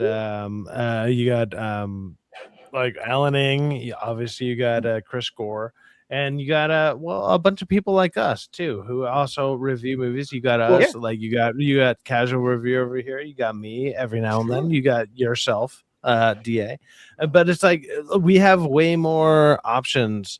And then the way that you, I don't know, divide your time or whatever, it's like, hey, do these people align with what I kind of believe in or what I like or whatever? And you know what? It kind of works out. It ends up working out in the long run. I say, yeah. Because they have to. So you have to be like you can't look at it like the way they used to look at it, where there's two dudes, Siskel and Ebert. That's it. That you got two random dudes with. Yeah, I was more referring to the actual show. Yeah. No, I know what you're doing, but it's like, come on, like nowadays we got way too many. Well, not too many critics, but we got good critics, and the people that are talking about it are talking about it properly. And I agree. I don't know. I appreciate it, but you know, maybe not everyone does. Redon Corpse comes in with $5. DA, thank you for sending the shirt, brother. Hail to you and the DA crew. Thank you, Redon Corpse. We're gonna do some more contests, you know, some more, you know, raffles and draws to win shirts. Predon Corpse won a canceled Disney Plus shirt. That's in the mail to you, so enjoy that. And I think I have another one to send, and the person has never given me their address, so I'm waiting on an address. I think it's Darth Vengeance, if I'm not mistaken. Darth Vengeance is supposed to be the one that sent me his ad. I never got it, Darth Vengeance. So as soon as you send me that address, shirts coming your way. If you don't send the address, I'm going to send mine, and I'm going to look. Cyfax is always trying to gap it. I'm going to take some free shit. I'm going to take some more free shit.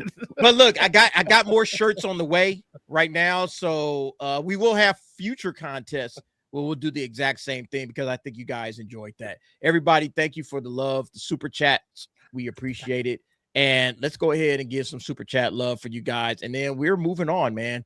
We got to talk about more stuff other than Michael Jackson. All right. First, to the new members that just came in. Here you go.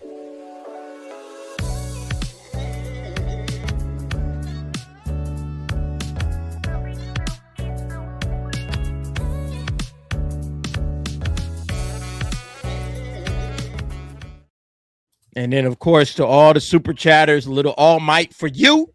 And I appreciate you guys. Here you go.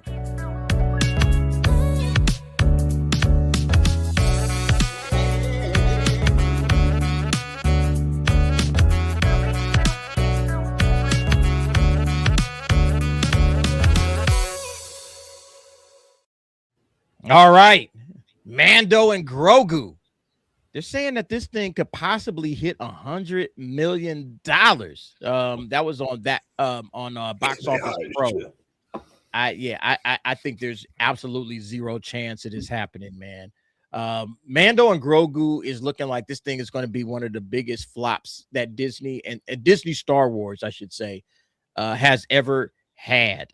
Nobody's really rocking with this movie. Nobody's waiting for this movie. Nobody's anticipating this. They have some cool popcorn buckets, but that's kind of it. Anybody like excited about this? Hey, man, I can't wait to watch it. I don't think anybody is, man. Well, there's a possibility of your popcorn bucket selling out like harder than your movie does. Like they might be able to sell a Mandalorian upside down helmet just to fill your popcorn up in it. Like, I mean, I don't even know if that's a popcorn bucket, but that's what I'd be selling. Just a Mandalorian helmet. Like, just fill that up. Like, that has a better chance of selling more tickets than your fucking movie does. I'm sorry, it just does. Because this is terrible. Everybody knows it. Like, give me a break, man. That's what I gotta say about it. That's it. I'm done. Look, Darth Vengeance is telling me to check my spam folder, bro. I'm looking at my spam folder right now. I do not see. He said it's in. He says on Twitter, and he sent it to you on Twitter. Oh, you sent it on Twitter. I said send me an email. He said email and Twitter. All right, cool. Yeah. I was looking for an email, Darth Vengeance, so that's on me. So I will check. I will check my spam in, but email me because like there's so many people trying to do some dumb shit on Twitter that I don't want to check Twitter. All right, I don't want to check X because X is a mess. So, but yeah, that's fine. Go ahead. I will check Twitter and I will find your information on that. My bad. All right. As I said, DA, I sent it. Okay, on X. All right, cool. I will check you. I will check you on X and then we will get your shirt out to you. My bad. All right. Thank you very much. All right, I'm sorry, guys. Keep going about Mando and Grogu. Speaking of people that we trust, that give us good, Alan and Chris Gore, they do all films, right? Not just the blockbusters. They do. If you give them an indie film, they review it. They went to CinemaCon this week. They got access to a whole bunch of films. Apparently, they saw the first. Chris said he saw the first 18 minutes. Or 18 minutes of it. I don't know if it's the first 18 minutes. I think he said he saw 18 minutes of this, right? And he got to play, and they review this voiceover part of Pedro Pascal talking to it's voiceover. It's like he's in a fucking speeder, he's flying away, and they're being pursued by some baddies. Oh yeah. So I'm glad you mentioned that. And you should hear the fucking amazing acting work. Now, Pedro Pascal, the #1 actor that people sought out, for all their watch how great this voiceover acting is. I could fucking do a better job than this. All right, so did you guys, anybody, I'm sure you guys have seen this. If you have not seen this, Jon Favreau shows up on Jimmy Kimmel Live with a clip. And let's go ahead and watch the clip that he showed up with and see if this helps or hurts Mando and Grogu. From The Mandalorian and Grogu, which comes out May 22nd, right after this. Grogu, I need you to go to the control panel. Remember the buttons I told you never to touch? I'm going to need you to touch them. Look for the ignition relay cutoff. It's next to the fuel differential readout, which is between the pump compression gauge and the primary reserve No, don't touch the missile battery switch. That's why there's a safety guard on it. Do you see the fuel readout display? Remember I showed you that one? It's on the other side of the manual control surface calibration. I don't think he knows what he's doing. That is The Mandalorian and Grogu. Jon Favreau is co-writer. I would like, I'm not watching this shit. If I saw this, I'm out. I'm out. I'm out. You know what it looks like? It looks like a car insurance commercial. Like it looks like a playful, like the Mayhem. Mayhem, yes. Like, yeah. Would have been better. Would have been better, Andy. I don't know how to read. Yeah, and I don't understand what you're saying. When mayhem happens to you, there's no urgency in that scene. It is so gratuitous, just selling merch. That looks well. Let's over-explain nothingness. Like that's what it is. Let's over-explain nothing that's happening because nothing is happening. They're clearly still moving forward. Everything is still happening, but they're like, well, if we do the nothing that I'm telling you to do nothing about, well, obviously nothing else will happen, but it's like they sell it as like something will happen. Oh, They no, do they're that. selling as it's funny and cute, Bro. as if somehow Grogu being No, an they're idiot. trying to do that as well, which So doesn't work. hilarious. Yeah, no, none of that works. But they're selling nothing.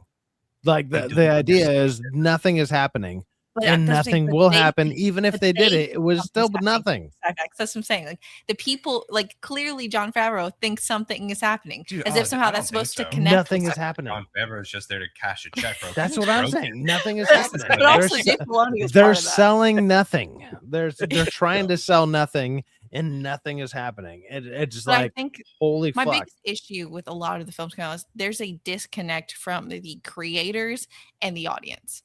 The creators, I feel like, do honestly think like they're somehow creating something that's supposed to connect with people, and it doesn't.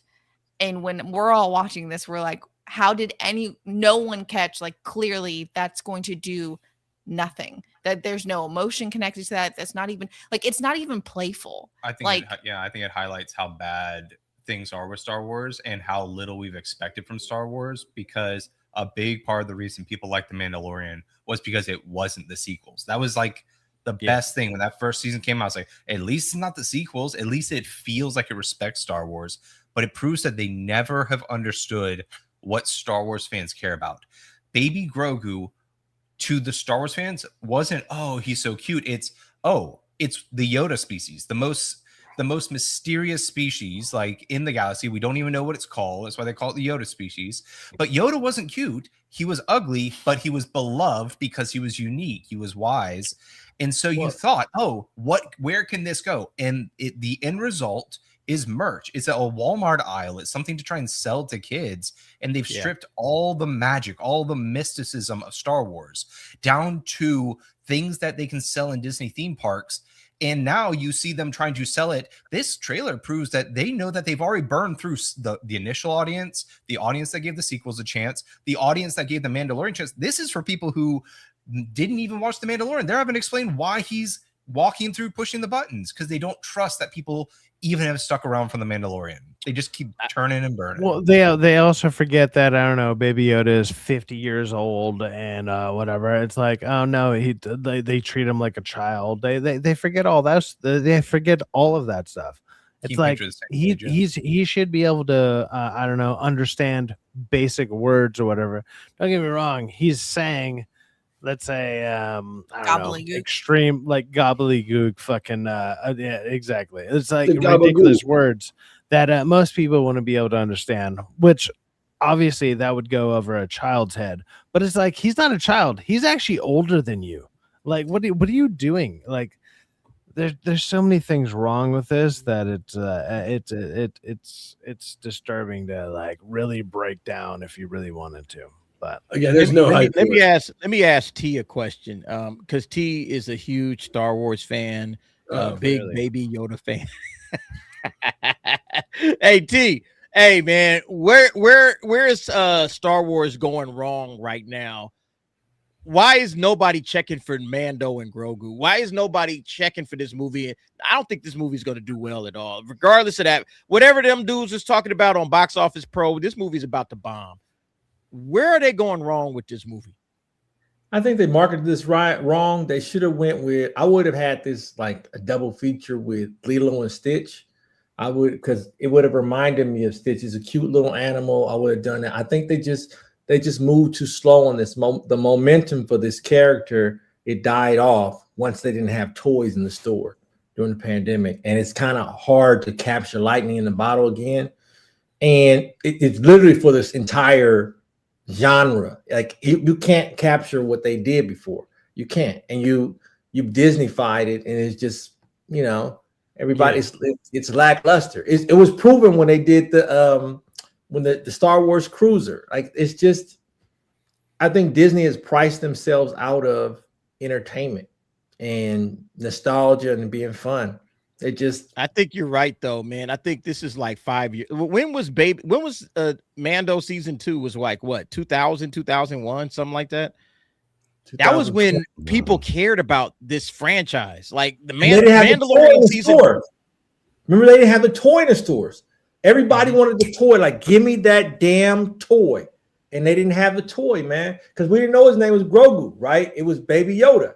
You just didn't capitalize on the marketing budget. But if I were them, I would have released Lilo and Stitch, and then I would have attached that trailer to that movie, and then I would have had this movie come out within 6 months of releasing Lilo and Stitch. I would have had, or three to 4 months. Is that way you would have had that going on? This is a summertime movie. I would have had that with the kids. I would have asked. I would have swapped. That's the problem. Look, Tony is saying it was 2019 for season 1. You're right. 2019 for season 1. 2020 was season 2, and then that was the height of Baby Yoda. After that, nobody cares about Baby Yoda. I mean, you know, there's still some Disney adults that love Baby Yoda, or Star Wars adults, but I think Baby Yoda his time is come and gone, and nobody cares about this little Muppet any longer. It's like, hey, he's not really a character; he's just a toy. And so at this point in time, it's like, if you're just still trying to feed us Baby Yoda, which is basically what they're trying to do, they're trying to get us hyped up about this little cute animal, like T just said. He's not a character. So at this point, like, what are we doing here? You're just wasting everybody's time trying to get us hyped up over something that was 6 years ago. You know, But you like already got the money 6 shot. years ago. You already got the money shot with Luke. He's not a cute animal. He's that was 50 years old. He's 50. What are you talking about? Like dude, the character is literally 50 years old. He's a little baby, and he's fucking 50, and he's still that retarded. I'm sorry. Well, because Yoda's supposed to be like nine. What is Yoda? Like, stupid Yoda's is 900. how stupid So is he's your still fucking a species? baby. He's quote unquote a baby to the Yoda to them. Just 50 years. Yeah, he's just 50 yeah, years 50 years retarded. on the planet, and he's Cool. still a baby. Cool. Yeah, 50 it years doesn't of make any sense. retardation. Amazing.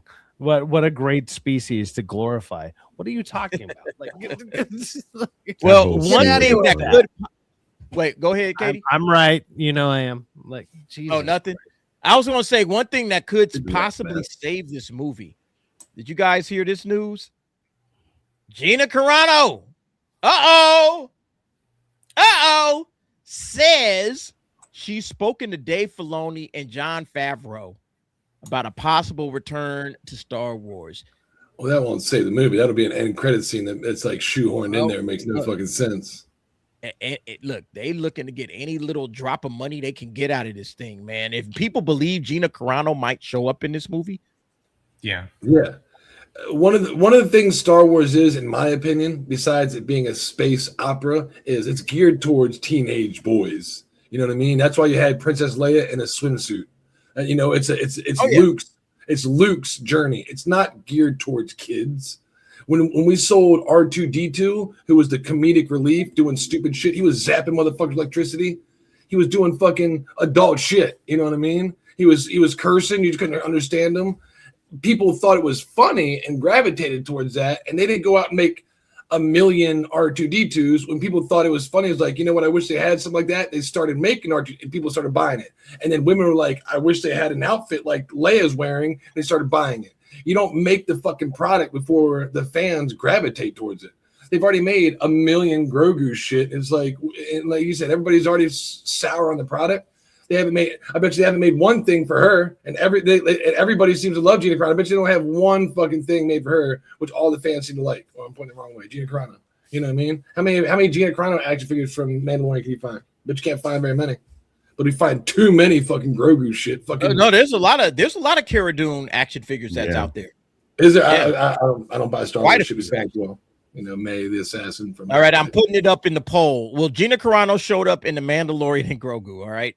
Probably most people are going to say no. I think Disney is this desperate that they would try to shove her into this movie to help it, because they had to know even last year that this movie is a lost cause. Nobody's coming to watch this movie. What do you guys think? Katie, Andy, let's start with you and work our way down. What do y'all think about Gina Carano making this statement at the time that she's making it? And then saying, yeah, you know, I talked to Dave Filoni and Jon Favreau. Will she show up in the movie? Will she come back to Star Wars at all? She won't show up in the movie, but she might come back to Star Wars. But I also think it's too little too late. Like even if she came back and was a part of like one of the spinoff shows or something like that, people might watch an episode or two if she's in it. I don't think people are going to reinvest in Star Wars because of Gina Carano. But this timing is clearly manufactured because they've been putting baby Grogu in like tons of stuff recently. Like he's been product placed in a bunch award shows. Yeah, award shows, and a bunch of influencers have been bringing him up and stuff. Like, so like it's very obvious. They're very aware that it's in trouble and that they need to try and find every way possible to push this and manufacture hype and have engagement. Yeah, I think you're right, DA. I think no matter what, whether she's in it or not, they're gonna they want you to think she might be in it because they're recognizing, let's be honest, after season 2 to Hollywood, to a lot of the people on YouTube, The Mandalorian stopped being a Star Wars project. It became a culture war project. That's why you see all these people tearing up at the trailer, talking about shipping like gay characters, because when Gina said what she did, it was like, oh, now the interest is we can use this as a proxy to fight about politics. And that's what's been killing all these things. And they bent the knee. They never should have. If you go back, look, I've seen your videos on this. Dude, Pedro said, honestly, worse stuff. Even if you believe that you shouldn't say stuff, which most of us believe that it doesn't matter, freedom of speech, it wasn't anything egregious. But they thought that they could court this new audience of sycophants and just people who are so invested in the culture war that they would spend money supporting these kind of liberal adjacent causes. But those people don't spend money. And now they're trying to be like, who did spend money? Oh, the people that actually cared about Star Wars. So yeah, they'll try and throw some bones out there. Be like, hey, will you come back if Gina's hinted at? It's like, dude, too little, too late.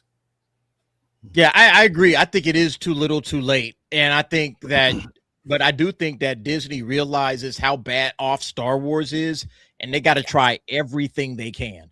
They got to pull out all the stops. They don't really have a choice at this point because they have ran the franchise into the ground. And so, oh shit, all right, let's bring Gina back. Let's see what happens. You know, I think Gina Carano, to your point, Katie, may not be in The Mandalorian and Grogu, but I think they're in the talks with her about maybe, you know, Rangers of the New Republic. That was one of the series that Jon Favreau really wanted to get going. He was pissed off. All right, I did videos on this. He was pissed that they cut the cord with Gina Carano after, you know, activists inside of Lucasfilm told her, oh, you got to pull the plug because she didn't put the right pronouns in her bio and all that crap. You know, like they were pissed off over that. And so I think Jon Favreau is glad that there's a possibility to bring Gina Carano back. Angel, what do you think? I don't think that she's going to be in the movie. In regards to her saving Star Wars, I think she'll save her career before it's going to be Star Wars. I think her career will advance in regards to a Star Wars project, but I don't see Star Wars gaining any momentum from that.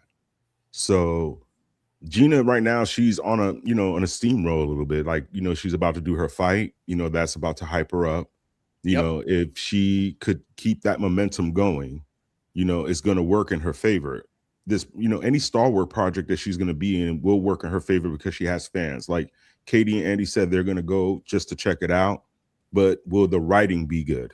Will the, you know, will the story make sense? Will it appeal to people to keep watching it? That's going to be the main thing. But I mean, I like Gina. I really don't have anything negative to say about her. I would love to see her in a lot of other things. I really wanted to see her in more Hollywood projects. Fuck Disney. Like, excuse my language, but forget Disney. She needs to go back into Hollywood doing some, you know, real films. She needs something else besides Star Wars right now. Like, they're thirsty. You know, this sounds like an ex-boyfriend really trying to get back an ex-girlfriend that, you know, it's too little too late. Like, leave her alone. Let her be.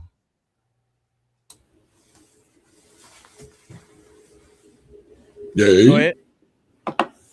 Me? Think, man. Yeah, man. So to me, Gary was talking about this the other day in the Nooner, you know, the possibility of her coming back. And he said he doesn't think she should do it. Somebody in the comments has mentioned, I decline. I digress. If you're an actor and you're shooting to be the biggest actor out there in your field, you only got a couple people to work with. Amazon, Disney, HBO. She did nothing wrong, right? She might have gotten let go or, you know, whatever.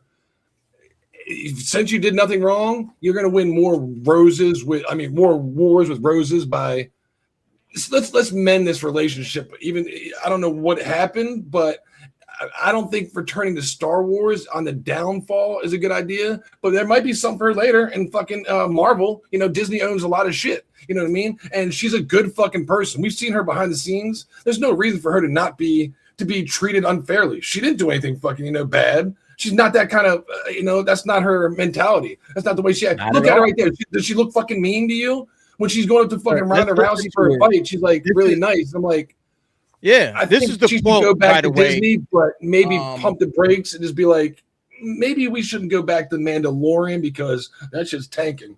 But I would go back to Disney because they're a good fucking, you know, employer. So here's the quote where Gina was basically talking about it. Yes, I've already had a conversation with Dave Filoni and John Favreau. Really lovely. You know, after we settled the lawsuit, we got on a Zoom call. It was really nice. Wow. Dave Filoni's taking over, you know, CEO of Star Wars, and it's like we didn't even miss a beat. And John Favreau was really funny. He's like, got on the Zoom, and he's like, "So, where did we leave off?" And we hadn't spoke for a while, and he's like, "Where did we leave off?" And I was like, "Yeah, like kind of, you know, they've been in that world a long time." And she's fucking Wonder Woman, doesn't she? Now the DC cast Wonder Woman. I'm like, wait a minute, why aren't we talking about her? I mean, somebody goes, she's a little bit old, Rock. I'm like, I see, but she could definitely. Somebody said something about her being in DC. I'm like, oh yeah, she could. I mean, she's fit. I mean, she has the physicality for it for sure. Definitely got the physicality for it. But whether or not she actually, you know, a lot of people think that her acting isn't up to speed, you know, and whatever. I think she's a good Gal Gadot. Her acting's up good. No, right into the yeah, Gal is she's got her issues as well.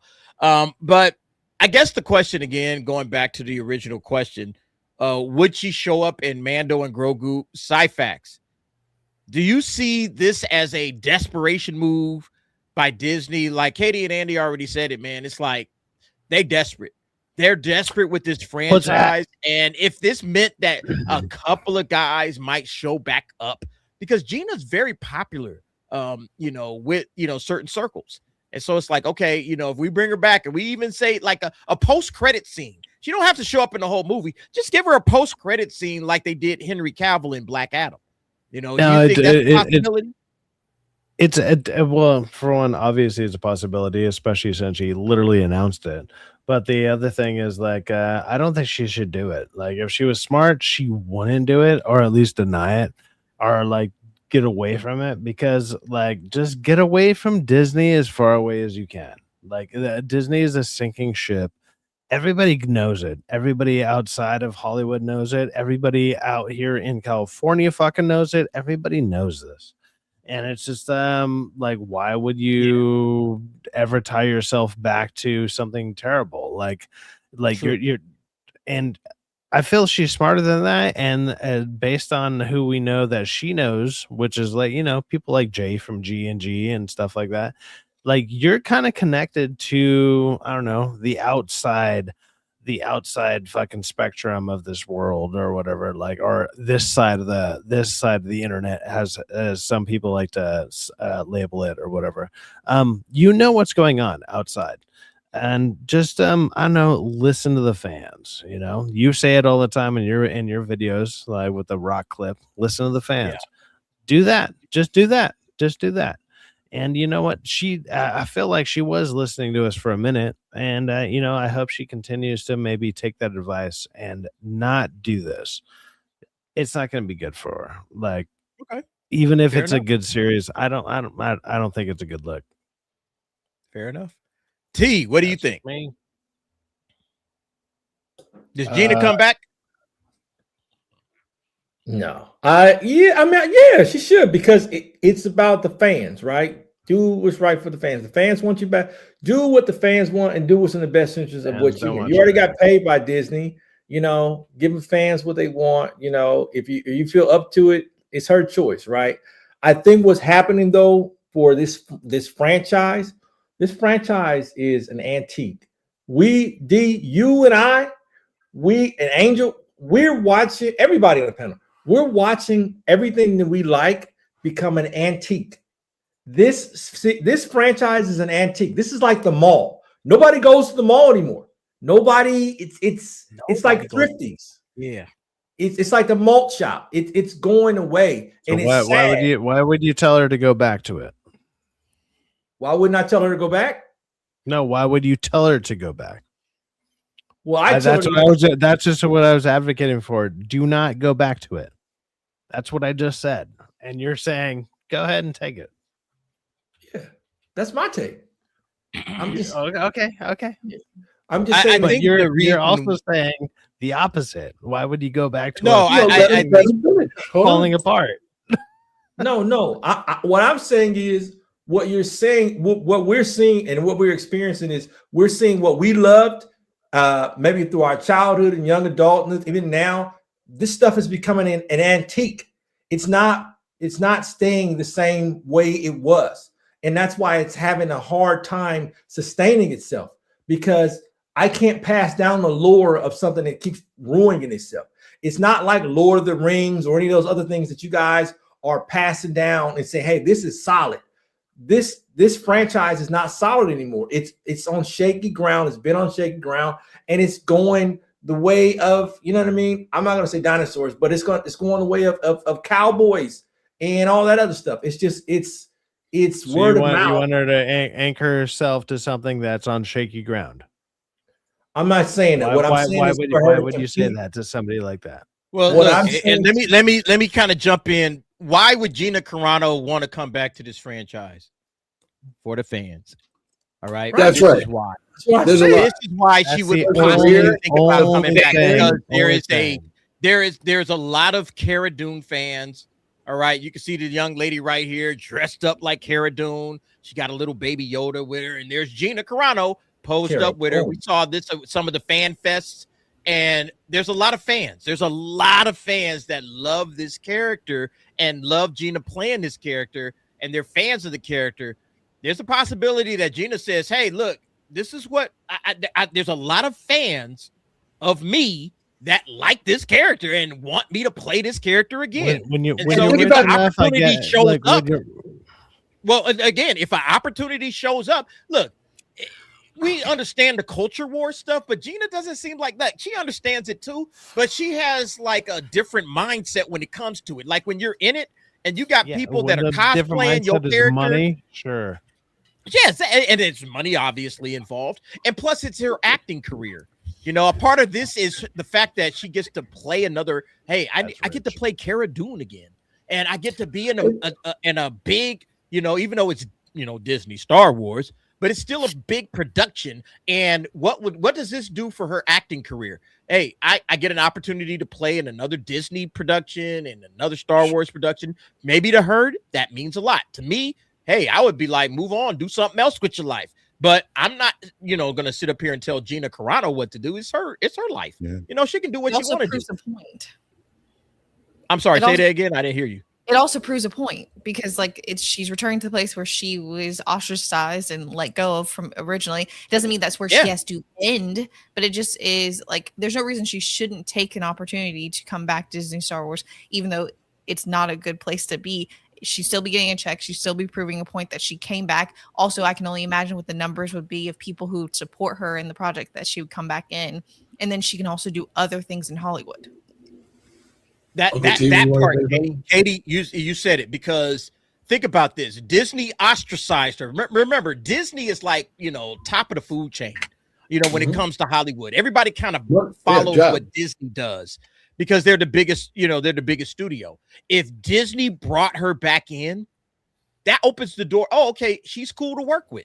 Oh, okay, we can work with her again. To Amazon, yeah, because Disney brought her back in, and they put her front and center in the Star Wars show. You know, it's similar when James Gunn got let go by Disney. They're like, you know what? I don't know. He said some questionable tweets. Well, when the second biggest person, HBO, picked him up, Disney started looking at the first biggest one. Was like, hey, maybe we can fucking hire him again, because our competitor, who we were scared wouldn't pick him up, just fucking hired his ass as head of CEO. T's got his hand raised. What are we doing here? Like one of the biggest studios out there just says, "Oh, I'm sorry, lick my boot," and as soon as you do, you just say, "Okay, I'm good," and then all of a sudden no.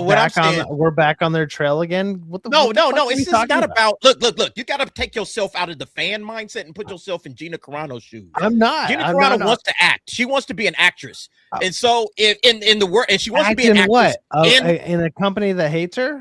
Oh no, but focus. She wants to be an actress in Hollywood. All right, this is what she wants. I would tell her find something else to do. But she wants to wait. Let me make this real quick point. That this is what she wants to do with her career. And who am I to tell her you shouldn't do this? This is her life. I ain't got to walk in her shoes. I ain't got to do this shit. She's doing it. And if she wants to be an actress in Hollywood, well, you don't have to support her. You don't have to support her life and her career or none of that. You don't have to support her fighting career. You don't have to support anything. But what I'm saying is, if this is what she wants to do, I have no dog in the fight. I'm not cheering for this. I'm not rooting for this. I'm not against this. I'm just trying to lay it out there plainly so people can understand why she would possibly make the decision to go back to Lucasfilm. All right. That's what I'm talking about. I'm not talking about, I'm cheering for Gina to do this. No, I'm saying we all know why she would go back. It's money. This is what that's not hard to understand. Yeah, that's my point. That's my only point is that Gina's saying, hey, I got an opportunity to get back into Hollywood. I was doing movies with Deadpool and Wolverine. I did a lot of different, or not Deadpool and Wolverine, but what was it? Deadpool, the first one or the second one, whatever. Deadpool. She was in Hollywood, and then all of a sudden Disney pulled the plug on her. They put her on the blacklist, and she was dead. If Disney brings her back in, now she can work for Hollywood again. That's the only point that I'm saying. And now it kind of behooves her if she wants to get work. Fuck Disney. If she wants to get work with Warner Brothers, if she wants to get work with Universal or anybody else, guess what? They're going to be looking at her. Hey, Disney. Because they all kind of bow down to Disney. Hey, Disney, is she good? And if Disney says, yeah, she's so good, we put her in our own, we put her back in a movie. We put her in a TV series. Okay, cool. Then let's go ahead and wrap her back in. We're going to cast her in this movie, that movie, or whatever. That's what I'm saying. I'm not saying that she's going to do it or that she should do it. As a matter of fact, I just got through. I said at the beginning, I wouldn't go back, but that might be a part of her calculation to go back. Can we just say what it is? He's basically the Robert Downey Jr. of of the Star Wars, basically. And the reason why Star Wars is doing poorly is because they don't have a big bad. Their big bad is on, who is their big bad right now? The whole point of you liking Star Wars when you were young, because you had a menacing big bad. Same thing that happens with Marvel. You don't have Thanos. You don't have who else is going to put them back on top? Oh, Dr. Doom. You need a badass. I expect the good guys to be good guys, but where is the big bad? If she's coming back, of course, you're going to bring someone back because they screwed up all the properties they've had because they don't have creative, independence to do the right thing based on what the fans want. And they're just circling back to the same thing. We're watching this right now with Doomsday. Now we're going to see her come back, and try to save a franchise, a flailing franchise, which is an offshoot of Star Wars, right? And Star Wars right now, it's doing poorly because what? It doesn't have a big bad at all. What is the threat level in Star Wars? Nobody cares about Star Wars. It doesn't matter if they had a big bad. Nobody gives a shit about this franchise. But you need a big bad, man. Why am I interested in this? You just seen nobody's interested in it. That's why the movie about to flop. 4, 5, and 6. 4, 5, and 6 did poorly in Marvel because what? They didn't have a big bad. You got to hang yourself on. You got to hang your hat on a big bad. They don't have that. The storytelling for Star Wars is terrible. Yeah, the storytelling and the characters that they've set up and everything that they've done has just been trash. I agree. Like I said, my only thing was, does Gina come back and why would she come back? I think I laid out my case. Anybody else got anything else to add to that? I think, again, you're not bending the knee. You're doing it for the fans. You're doing it for your continued career because, she can work with people like Jaith, Drunk 3PO. She can do that regardless. We're open arms. And it's also not just for her. It's for other people like Zachary Levi that done nothing wrong, that may have a different political opinion, to be like, hey, movies have been deflating. maybe we should have a difference in opinion to try to pump them back up. It's simple mathematics. You know what I mean? So she needs to be the first one to shoehorn in and do it for everybody else. Not for you, not for Disney. Do it for everybody else that needs to get back in the industry that was wrong because they might have checked the wrong box. Well, she should do it for herself if she wants to be a part of, if she wants to go back, if she wants to do it for the fans or whatever. I feel like just do it because it's something you want to do. That's how I see it. Anyway, let's hit some soups before we continue on. Jerome for $5. Releasing the Mando movie is like giving an oral book report in the last week of school for a book you never read, and you ride the short bus alone. Wow. That's packed with a lot of little zingers there, Jerome. Thank you very much. You gotta take the process. I don't think the Mando. I think this movie's gonna flop. I don't think anybody cares. I don't think anybody cares about Mandalorian anymore. And that $100 million for the opening weekend, I don't know where they got that from. This thing is about to bomb. That's just my personal opinion. But we'll see. All right, it drops in a month. All right, about 4 weeks from now, we're gonna know. Napsky for $5. Looking at Gina recently, she could probably also save DC by playing Wonder Woman. I'd pay to see that. I think Gina would have been a good Wonder Woman, but I think Wonder Woman is, they're probably shooting for somebody in their 20s, to be closer to David Corenswet's age. David Corenswet, what is he, like 25 or not 25, 29, 30, 35, somewhere in that range. He's a, late 20s, early 30s. That's what they're looking for. That's why, what's her name? She can play somebody older in the DC universe. Like, what's her name? Big Bertha or whatnot? What's her name? Adria Arjona. That's the one they've been like saying, oh yeah, that's our Wonder Woman. The and I chick think from she's in that same age Andor. range. Yeah, She's yeah. not Gina one of Carano's plus 40. Yeah, I don't think she's coming through as Wonder Woman. Gina could be one of the people from Dark Side. I forget her name. Granny Goodness. Granny Goodness. Granny Goodness. Make her a hot granny. I don't think Gina want to be Granny Goodness, bro. Well, we make Granny Goodness a modern day Granny that's actually younger, like in her, like a hot granny. Yeah, remember like Aunt May. Remember how hot Aunt May was in No Way Home. Good point. Good point. Thank you very much, Napsky, for that. We got Anime Mania, who has been a member for 12 months. Can't believe it's been a year. Much love to you all. Thank you very much, Anime Mania. And look, if you guys aren't aware, we do have an anime stream. We drop every Wednesday. All right. Anime nights, Wednesday nights. Angel's on there. Cyfax supposed to be on there, but I guess Cyfax got other shit to do on Wednesday nights, so he wasn't able to make it. But we also have Hold My not Hold My Dual Shots. Brandon, the anime guy. He joins us as well. Stacey.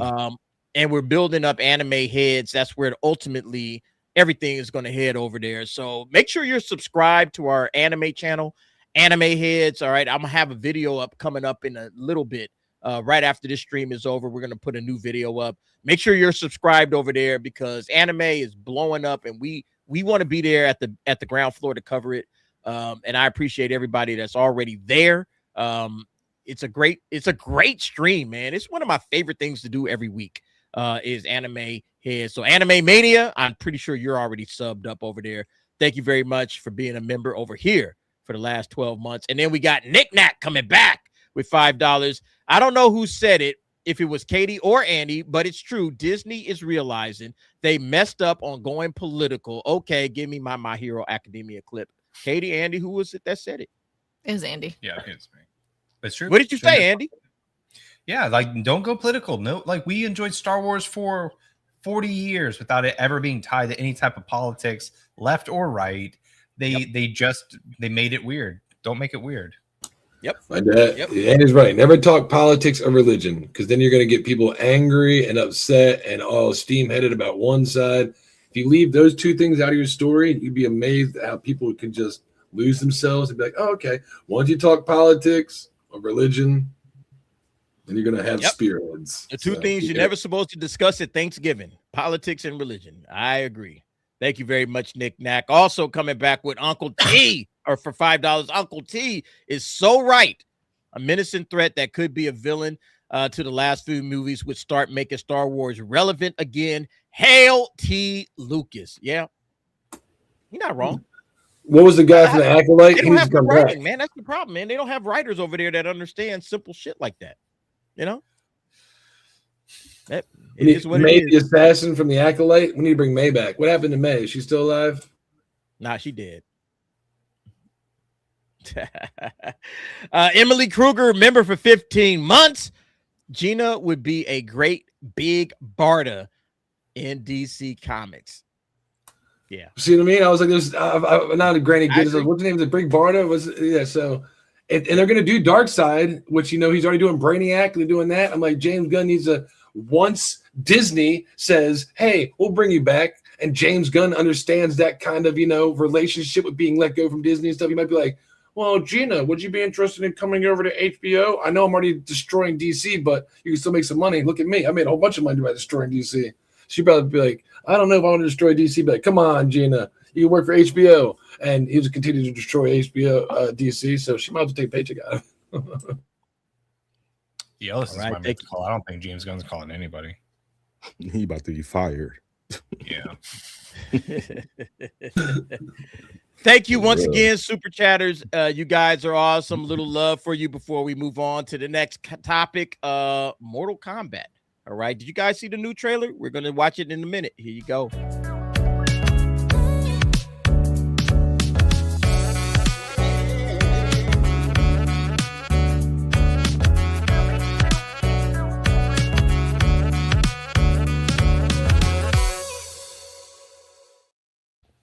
All right. A new clip for Mortal Kombat, which is What is Uncle T doing?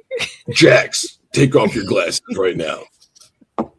That's Jax right there. Bringing out the work toys. You know what I mean? Is that a sleep mask, T? What the fuck are you wearing, bro?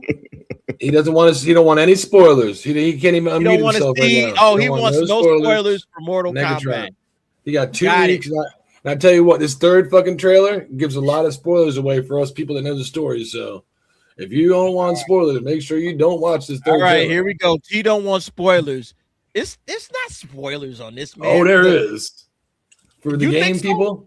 Oh, I'll None tell of you this one is person's name. spoilers. You're No like, spoilers huh? in here. Well, I guess. It's a Look, fighter let's game. put up Like, the. oh my I guess God. let's put up the spoilers banner.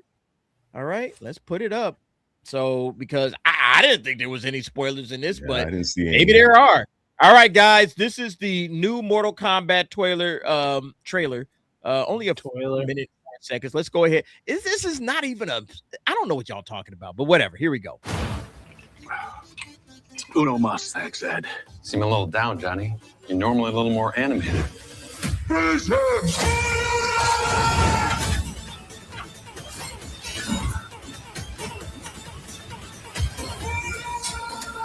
Johnny Cage, Kitana, Shao Kahn, Liu Kang, Jade, Jax, Sonya, Sindel. Whoa! Fight! Raiden, Kung Lao, Shang Tsung, Baraka, Quan Chi, Scorpion, Bihan, Kano. Let's fucking go!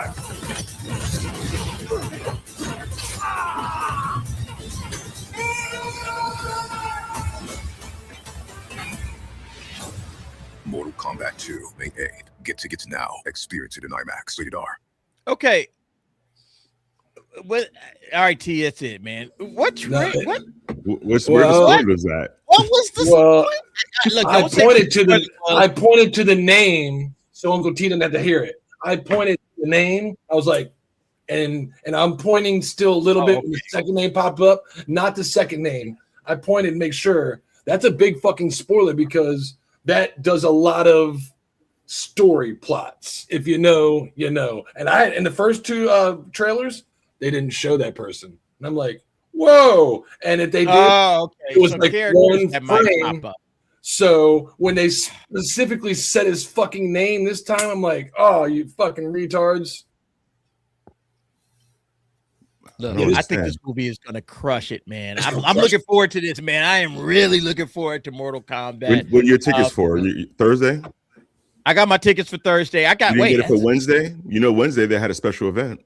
No, I think I got the Thursday showing, if I'm not mistaken. I'm just gonna check it right now.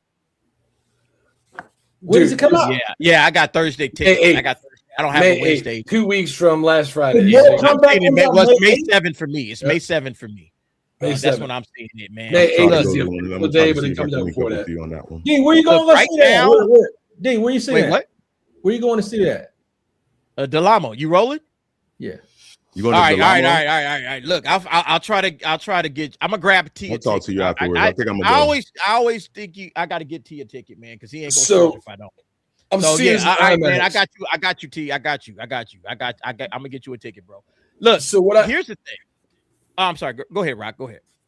I remember last week I was complaining about the volume, all this shit where they do like the fake screens in the background and the lighting effect like that. You know, I think it's called stagecraft, aka the volume. You know, this is a movie that is meant to do it. They had the crazy like time realm in the background and like the warp and shit like that, and it's like perfectly centered. One person starts here, one person starts here, fight, and they meet in the middle. This is a movie you use stagecraft or the volume on. You know, you don't use it on the Odyssey. Something's supposed to be outside where the fucking shit's fucking sailing. You know, so Disney.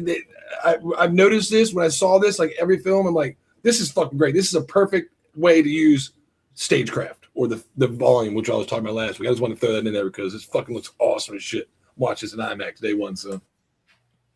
Yeah, DA Cole Young. Look, I think they didn't say Cole Young's name in that little lineup. They didn't say Cole Young. Get rid of He's him in already. Quick Shots fighting Shao Kahn. Yeah, I think he's outro. Y'all pumped up, man. Look, Katie, Andy, are y'all watching it? Oh, hell yeah. That's my one of my most anticipated films this year. I'm so excited for Mortal Kombat. How do you hear that music and not get fucking going, bro? Like, yeah. And the Get Over here, it's just so good. Yeah, no, I'm super excited. All right. Yeah. So we'll be I think all of us will be watching that, and we're going to be giving y'all the out of the theaters.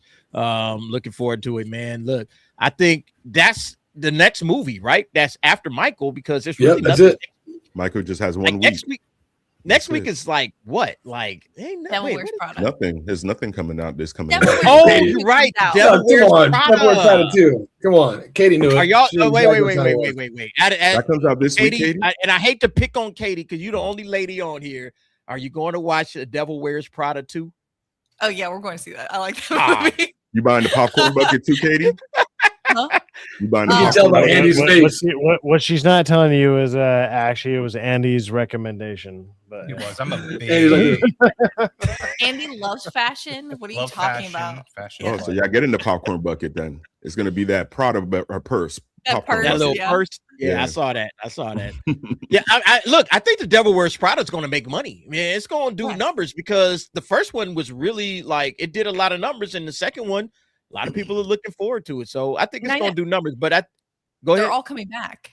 All the original cast is coming back, and then they added people. So like it's Anne Hathaway, it's Meryl Streep. Like tons of people. There's huge fans. Yeah, ask Andy. He definitely knows. We'll get an Anne Hathaway rating next week, T. I need an updated Anne Hathaway rating from next week. All right.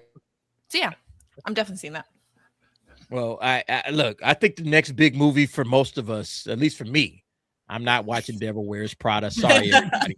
Yeah, but the next big movie for me is Mortal Kombat. I was also looking at that little sheep detective. That actually looks like it might be a lot of fun. That looks awesome.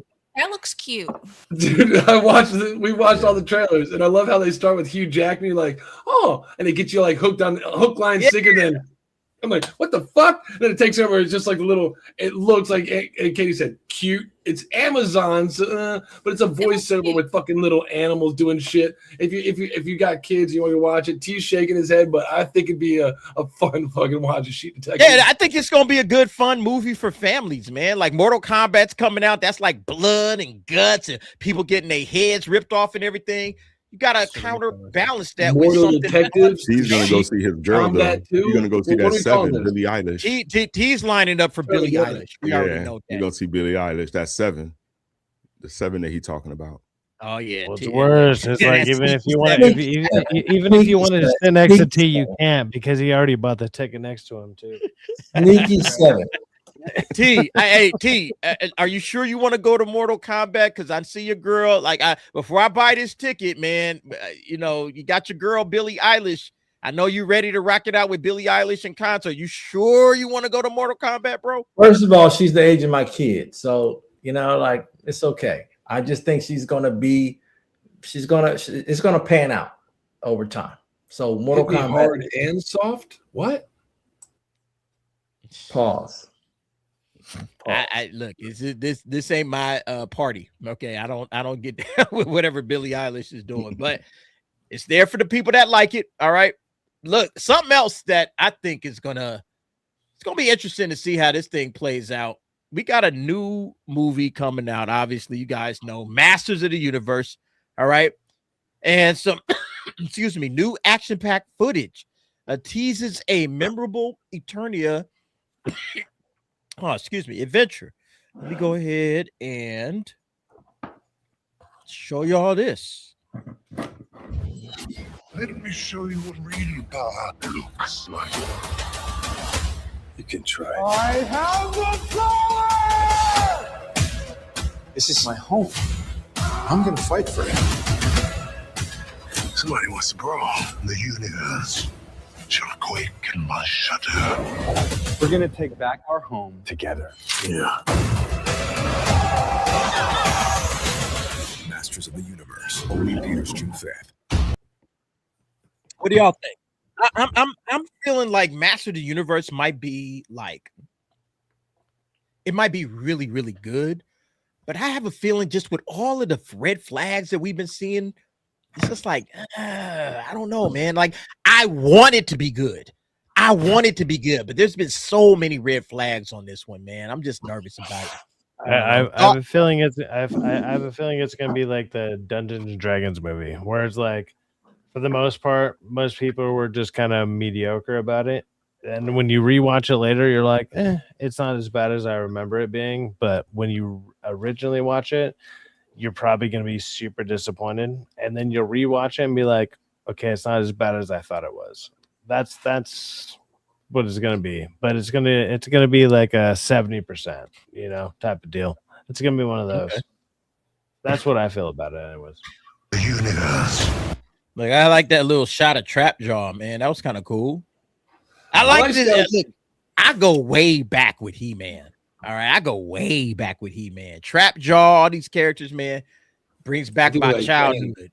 I want this to be good. I just don't know.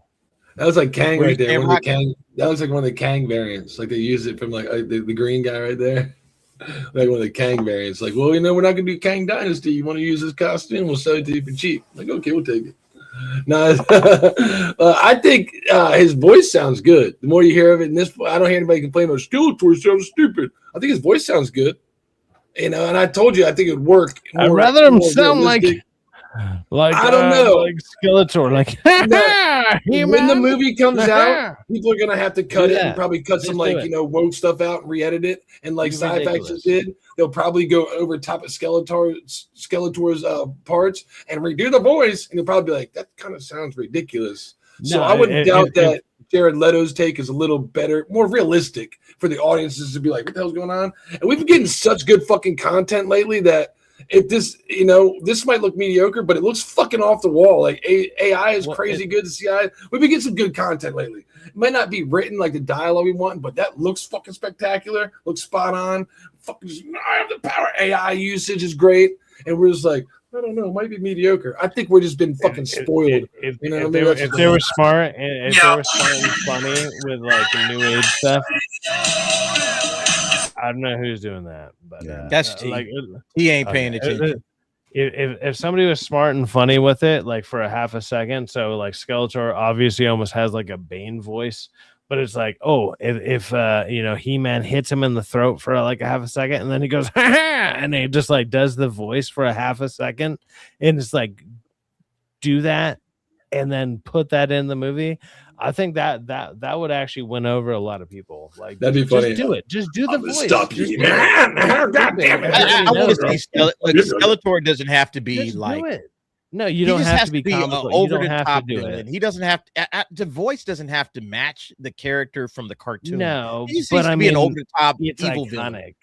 That's iconic for the last like 30, 40 years, and it's a meme at this point. Like you got to throw it in some type of way. You kind of have to. I'm sorry, you just do. I think he hit it with the grass. This movie feels like this movie honestly gives me a G.I. Joe feeling. Like I'm just being real. Like it just gives me that type of a feeling, and I'm being real. Like it looks great aesthetically, it looks good. I'm telling you, it looks great. I just don't like He-Man. I don't like the storyline so far. It just seems cheesy. He-Man to me, I like everything but the main characters. Got it. I'm sorry, they could have got somebody that looks a little bit more. They could have got Andy. Andy could have probably played He-Man. I'm just being real with you. Like Andy got the physique damn near to play He-Man. So I'm just being real. Like they could have got Andy. Would you have been down to play a little? We got knockoff He-Man on screen right now. Hey, you already got Andy. Hey, knockoff He-Man. What do you got to say? There you knockoff go. He-Man. What do you got? Look, just shave him, right? Give him some blonde locks, all right? You know, that's what come I'm on. yeah, man. Hey, knockoff He-Man. Knockoff He-Man. Andy, what's going on? But DEI He-Man is not South African. Another DEI knockoff. It's not going to be good. It's going to be garbage. Woke trash. I'm just hoping it's good, man. I'm just Hey, hoping. woke trash, Andy. Hey, how do you feel about this? I think that I want it to be good. Like half the time you look at it like, oh, dude, there's no way they'll mess this up. But when like you're talking about the red flags, and I know the excuse is like the whole thing of like the HR joke and stuff, but the tone with which the creators are talking about this does not inspire confidence that they could control themselves. Yeah. It proves that toxic masculinity isn't a real thing. It's a buzzword. And when they're trying I've never heard a production where they started using buzzwords and the product was good. It seems like the last bastion of failing media to be like, well, actually, you're not going to enjoy this, but we need you to know how culturally relevant this thing is going to be. What I'm saying. And Especially when multiple. It's weird. Yeah. And the constant references to He-Man dealing with his emotions and being able to tap into his feminine side, if that they do a whole puts me off. legacy of their parents and how they failed Eternia, like best case scenario, it comes across. Oh, baby, let me reminisce. What is happening? When we stop the hating sometime. You set my soul on fire. My one desire was to love you. T, you in love, bro? What's going on? He's in the Art LeBeau mode right now, dude. Like, what's up?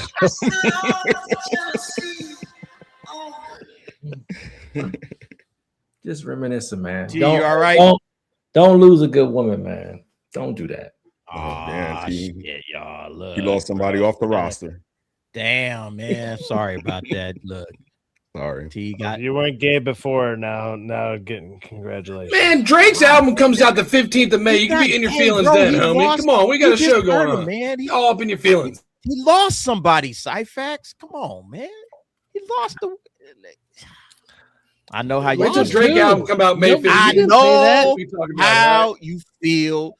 Don't say lose that. the good ones, man. The good ones, man. You don't know what you got till it's gone. That's how it is, man. I'm sorry, T, man. I'm gonna show you something that's gonna make you feel a little bit better, man. For a moment, I thought about my ex-wife who passed. So that's where I was at. If you must know. Sorry about How that. the fuck am I supposed to know that? What are you talking about? Hey, man, don't get me wrong. lose Sorry. a good But how woman. am I supposed to know that? Like, what? That's A why I random was moment for you personally? Like, come on. Let's shift. Let's talk about somebody that might be losing his whole career, which is James Gunn, and the new movie that he's bringing in to try to maybe save it. Man, did y'all see this trailer? Mm-hmm. Yeah, it's I think this horrible. trailer's gonna be. I think this movie's actually going to be really good. All right. Hold on, This is you said the horrible, official Angel? teaser. Yeah. This is the official teaser for Clayface. All right. Let's go ahead and watch it.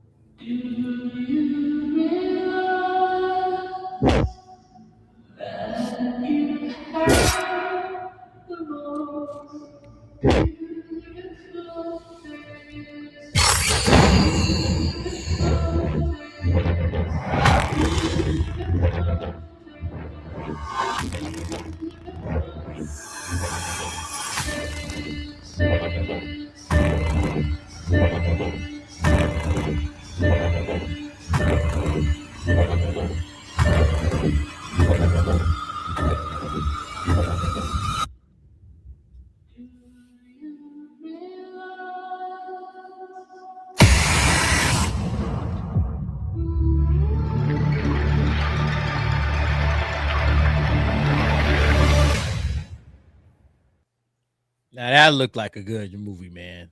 Dude, it looks awesome. I'm locked in on that one. I think this movie is going to be good. Will it matter to the DCU? That's the question. All right. Will it matter? Well, ultimately, look, Katie already shaking her head. Is it going to matter when you look at this lineup? Nope. Nope. But by the but time it we looks get like a good to movie. Clayface, we're going to have to sit through Supergirl and Lanterns. Problem.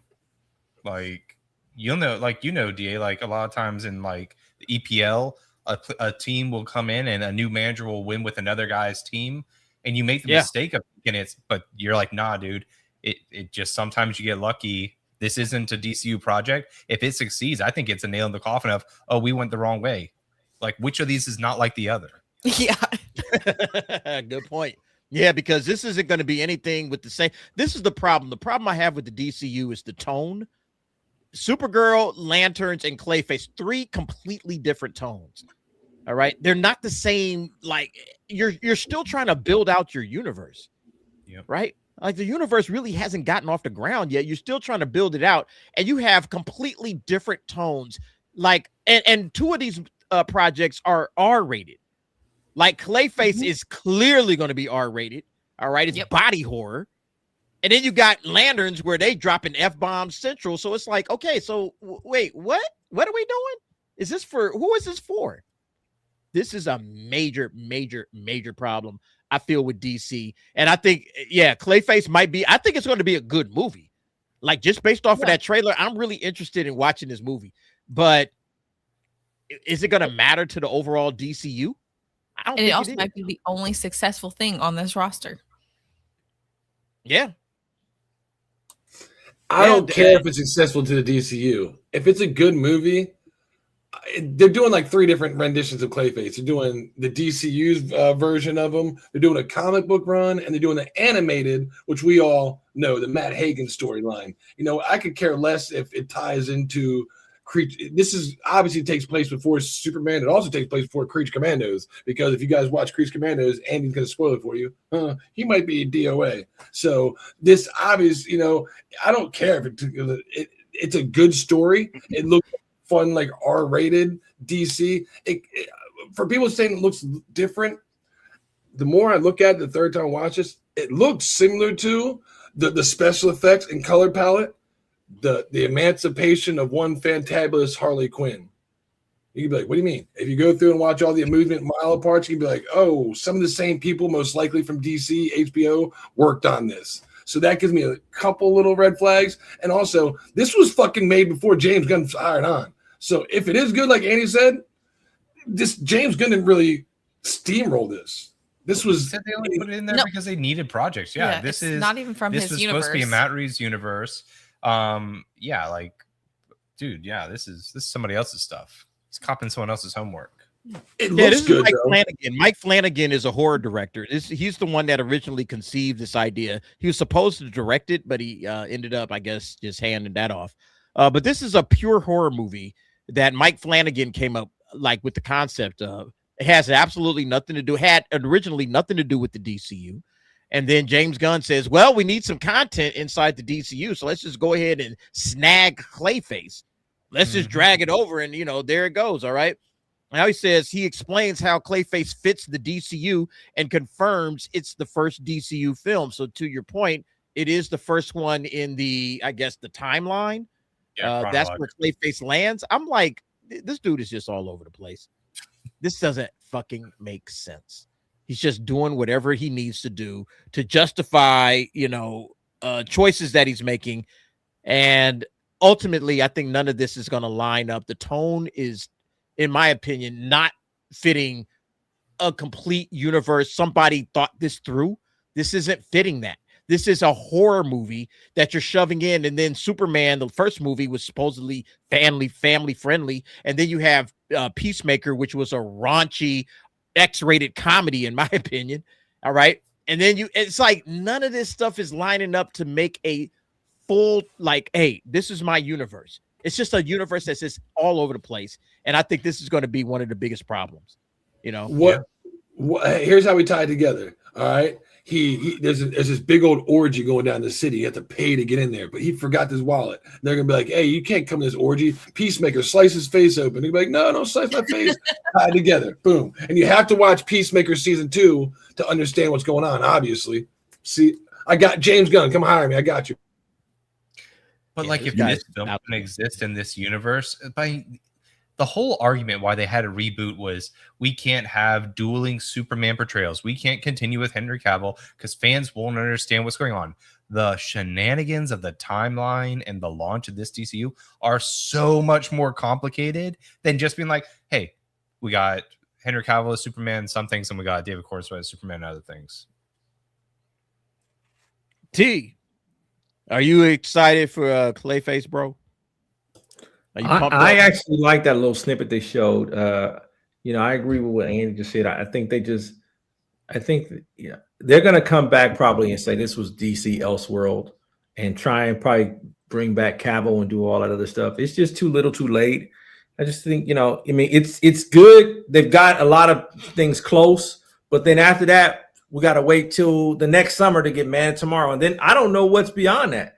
I don't know what's happening in between Clayface and Man of Tomorrow. Like, what are we waiting on? Like, they move too slow, man. They're a turtle, man, and everybody else is in Teslas. They're not. There's nothing after Man. There's nothing. I don't think there's anything between Clayface and Man of Tomorrow. Is there? I thought Batman was the Batman 2, right? 2027. I think that's coming out after Man of Tomorrow. Batman 2 is like its own thing, and that's not part of James Gunn's universe. Yeah, I don't think there's anything coming out. I don't think they've announced anything. No. Like, it's just literally just a dying franchise. Like, okay, you don't really have much else. Like I said, we got these 3 projects here. All right, we got these 3, and then we're gonna have Man of Tomorrow. But yeah, I don't think there's anything coming out between those 2. They move too slow, man. Way too slow. And then what? It's dead season. Dead. Meanwhile, Marvel's coming out with Doomsday. That's gonna make everybody say DC who? It's dumb, man. It's dumb. And we really don't know what's coming out next year for Marvel, really. Besides what? The Secret Wars, right? I don't even know if they have Secret Wars coming out in 27. But they're gonna have season 2 of Daredevil. Yeah, so Doomsday comes out in 7 months. They're gonna have Secret War come out. The plan is the next year. So when it comes out Christmas this year, Doomsday, Secret War is supposed to come out Christmas. And what is it? Vision Quest is coming out or whatever? Like, Vision Quest? No, that come out this year. Well, I mean, even if that, like, they got momentum, man. They got momentum. DC doesn't have any momentum, man. They got nothing, dude. And even if they do, they're gonna drag their feet and trying to build something, man. We're talking since 2022. Like, what was that? November of 2022, and they're like, okay, we've arrived, but they haven't done anything, man. They're just dumb. They're dumber than The Rock not putting Shazam in Black Adam. It's just, again, well, his contract, Guns, I think it comes up at the end of 2027, and I wouldn't be surprised if he gets Superman out before then. And what we're hearing, they're probably hiring on for Wonder Woman, whatever the fuck that is. So he might be able to get Wonder Woman filmed, and it might not come out until 2028, but his contract is till like December 2027. So if he doesn't re-up after that, January 2020, it'll already be filmed. Wonder Woman, Man of Tomorrow, and Lord knows. Gun is done in spring. He's got a contract that expires next year, right? In the spring of next year. So I think he's suffering from the same thing. Star Wars and Marvel. Who is the big bad? What's the threat level? None in DC. It's just good characters with no purpose. Well, speaking of good characters with no purpose, Lanterns, all right, which is coming out in August. They had their trailer removed. Did you guys see this? The trailer for Lanterns, they just pulled it down. They're done. They're like, let's take it off of HBO, take it off of WB. It's outro, and it's like, why? Why did they pull the trailer down? What's going on, HBO? What's going on, Warner Brothers? And then they announced, of course, they had a new poster that they dropped, which says only one can wear the ring. And so they introduced a new poster into the mix. But at the same time, they killed the trailer. So I don't know why they did this. Did something end up in the trailer that I heard somebody say, well, something's in that trailer that they needed to pull out of the show. And but because it was in the trailer, they have to just pull the trailer down. But it seems very haphazard that they just kind of out of nowhere just yank it and it's gone. What's going on? Anybody got any theories? I'm here for the conspiracy theories now. What do y'all think? I got you. So I think this leaked. This trailer, like everything HBO Max has, DC, it leaked. And so DC, I almost said Disney, tried to get ahead of it, the trailer online. So they got ahead of it by putting it out. And we can all tell that when he takes off and flies in the sky, there's no fucking CGI there. He points his ring at one thing, there's no fucking CGI there. The trailer leaked before they had CGI effects in it. So they just put the fucking thing out because they were like, hey, everybody's going to see it anyway. We want to keep the hype train momentum instead of get a high definition spicy quality. And then I guarantee you it's going to be re-released. When he fucking takes off in the air, you're going to see green shit flying around. Like, oh, yeah. And that's why I had that stupid, dumb, dark, fucking brown turd shit looking costume. It'll probably have some. We know James Gunn. Remember Peacemaker? How fucking vibrant it was when the fucking Hawk came in. It was all purple, crazy looking. Everything he does has neon fucking lights in it. So when I saw this, I was like, there's no fucking CGI in it. It leaked online. So it is out there to get some fucking views and momentum. That's what I think. Theory number one. Who else got something? The other theory is that there's copyright music on there and that it got blocked everywhere on YouTube, and so they didn't take it down. What copyright music? That to me kind of makes a little sense, because look, it's still up on X. All right, you can still watch the trailer. It's on X, James Gunn's account, so it didn't go anywhere. It's still like in terms of we just had to pull it all the way down. This trailer's right here, but it's just they yanked it off YouTube, which was kind of weird, So I believe the copyright, situation. Yeah, they had to pull it off of YouTube because they were getting copyright claimed. All right, that makes sense to me.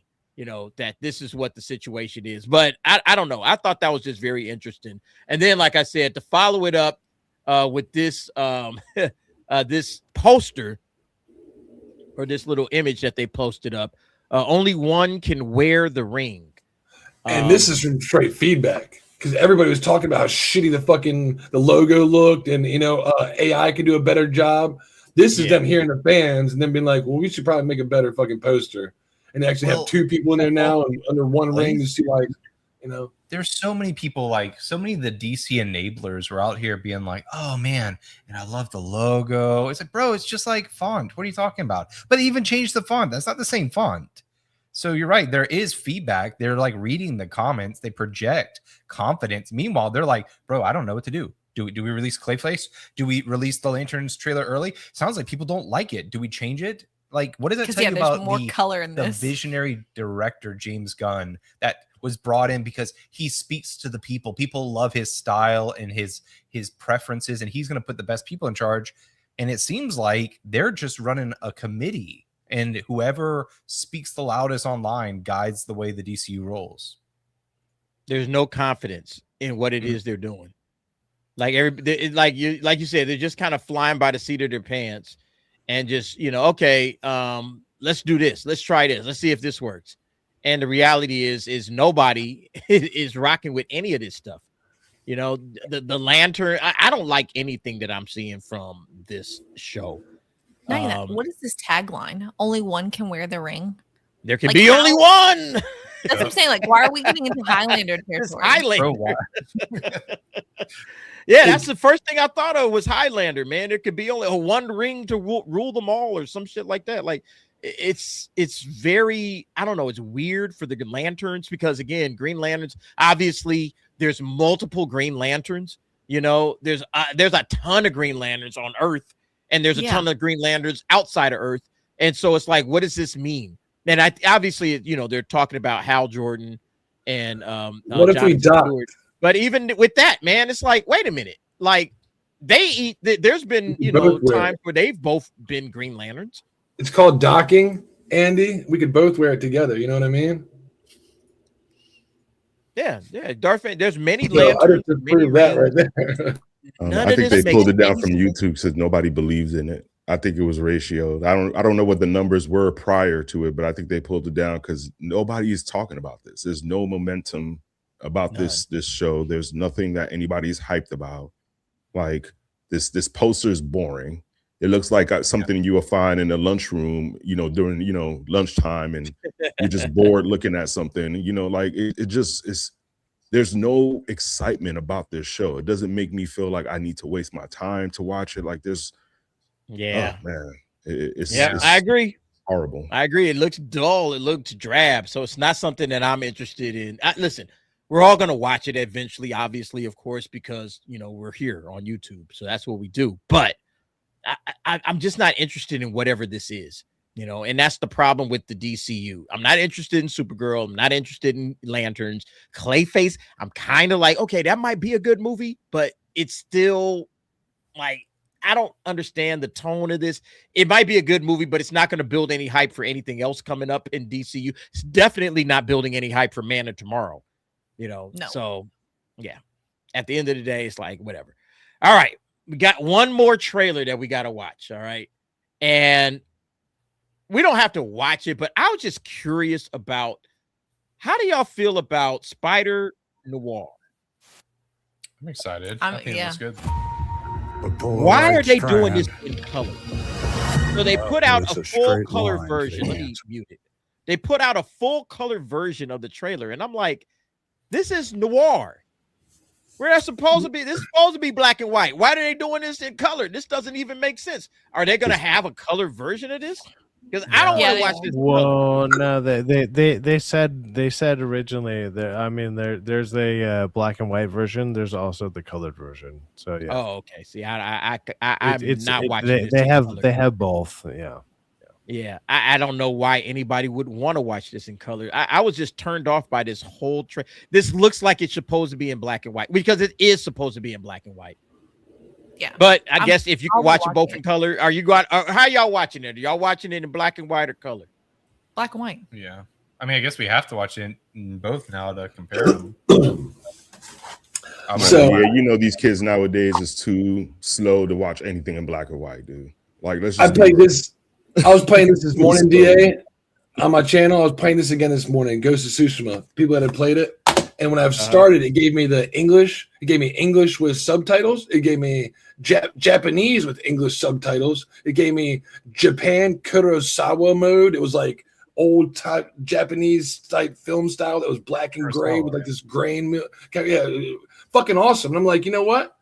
It makes people replay it. It makes me want to play it in a different style. It's going to add a lot of watch time to their because people are going to only watch it once. We always talk about rewatchability. Well, if it's halfway decent, they're going to watch it at least twice because, some of the special effects are meant to be seen. Like right there when he shoots the webs from watching Emergency Awesome earlier, he's got black webs. We never know he had black fucking webs.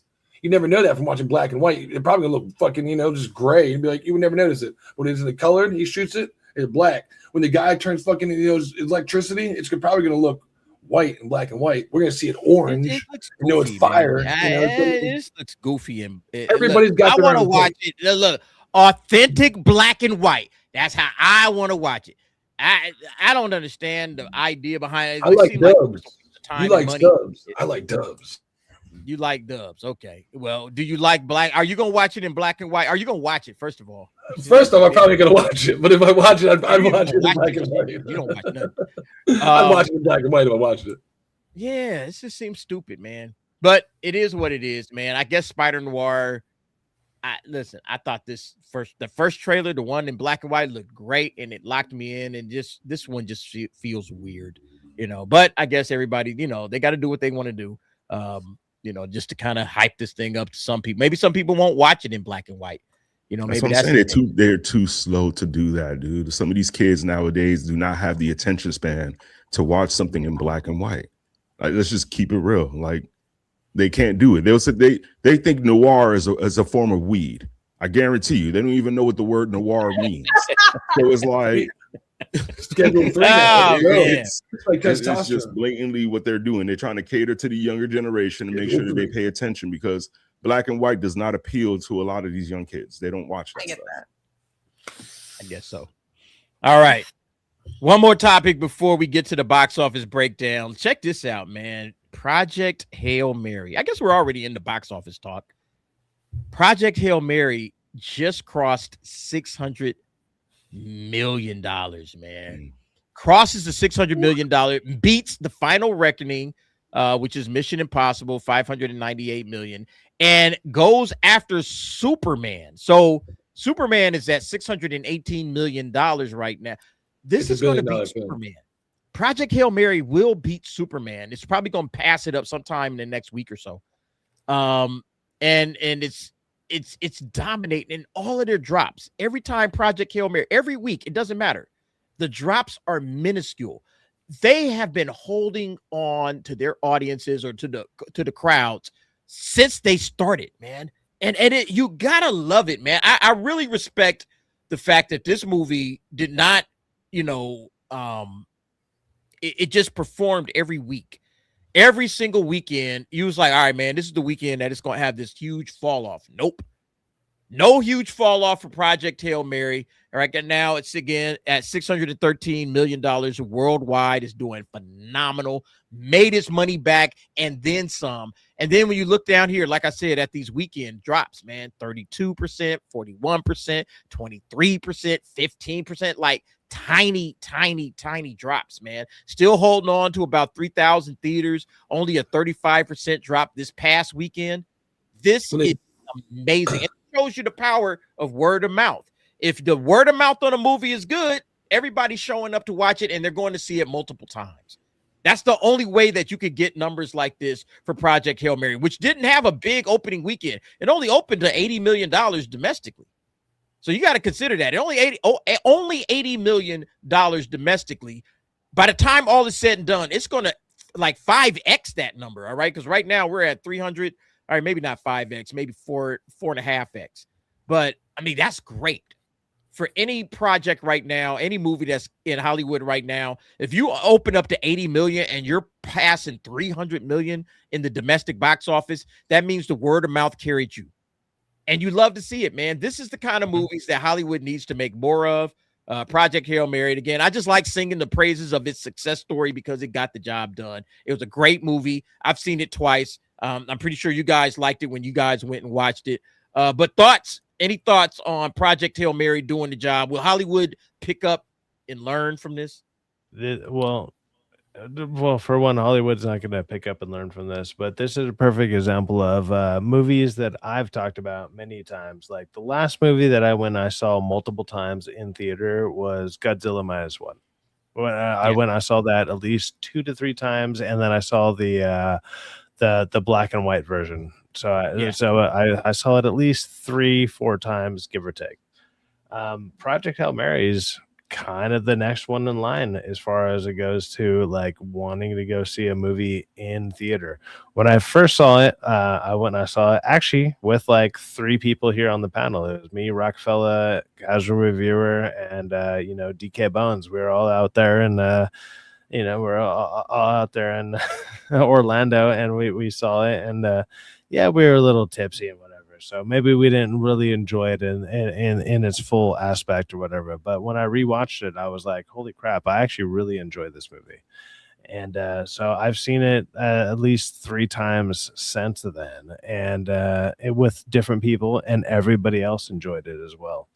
It's just a really good movie, and there's very few movies that come around, and I say this all the time. Do these have rewatchability? Like you can just rewatch them, or like will you go back and actually take your time to go rewatch them again?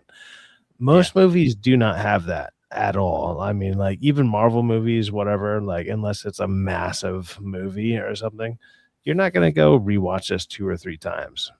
One time and you're done. This is one of those movies where it's like the reason that it's even getting this viewership, it's not because new people are going, it's because the people who saw it want to see it again and they want to remember it. It's the gamer. I want his suit he's wearing right now. That's an awesome suit. I should be able to have my phone right here to be able to record everything going on. I mean, it's true though. It's true though. I mean, whether you want to believe me or not. I mean, I'm happy it's doing well. Again, we've you know, we've been starved for good movies for a long time. That one's a good movie. I'm enjoying that. Michael, Michael overall well, good movie. obviously. Yeah, Michael's doing well in the box office. Let's go ahead and break it down. All right. Domestic weekend number 17. Michael, of course, wins the week with $97 million. Mario Galaxy at 21 million. Project Hail Mary number 3 at 13 million. Lee Cronin's The Mummy, a god-awful movie, a terrible movie, one of the worst movies of the year, not interesting, not entertaining whatsoever, comes in at number 4, and then the drama at 5. I guess Hoppers is still hanging out. Wow. Hoppers is still hanging around, followed by You, Me, and Tuscany at number 7, Over Your Dead Body number 8, Mother Mary number 9, and American Young Boy, a bunch of movies I'd never heard of. American Young Boy, Never Broke Again. I guess.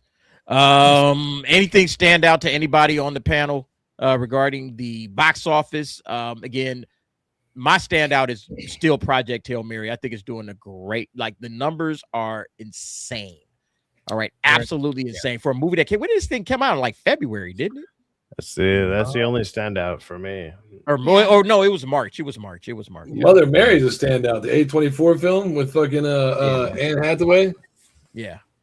Mother Now, Mary's what's a crazy standout for standout. me is that Michael movie. Look how much money is making per theater. Yeah, like 24K per theater. Like the theaters sick. are making money off of this. Like that's Love something to good see to it, see, and we need to see at least 2 or 3 movies up there like that. You know, at least making 10K or more. Well, in a movie Project theater, Hail right? Mary has been out for what? Almost 4 a month and a half. Yeah. Or like a month and a half, and it's still making this I don't know, 1/6 of it, 1/8 maybe, give or take. Well, and it's a film That's that actually people that's pretty thinking they were good. going to get for free on Amazon, and that's the thing that they did do that they need to do. They came out very early. It's like, by the way, we're extending the run because it's doing well. So word of mouth, like you were saying, but also nobody being like, oh yeah, catch it on stream. It's like, no, if you want to go see it, you need to go to the theater. You can't. Oh, have so they films- extended the theatrical? Yeah, they said. Yeah. No, they're like, they we're said that. running this longer in theaters because it's doing well. And I Big know surprise. they it gave helps, back you know? IMAX screens. And they specifically. gave back IMAX screens. Yeah. See, look, man, that's what happens when you have a good movie.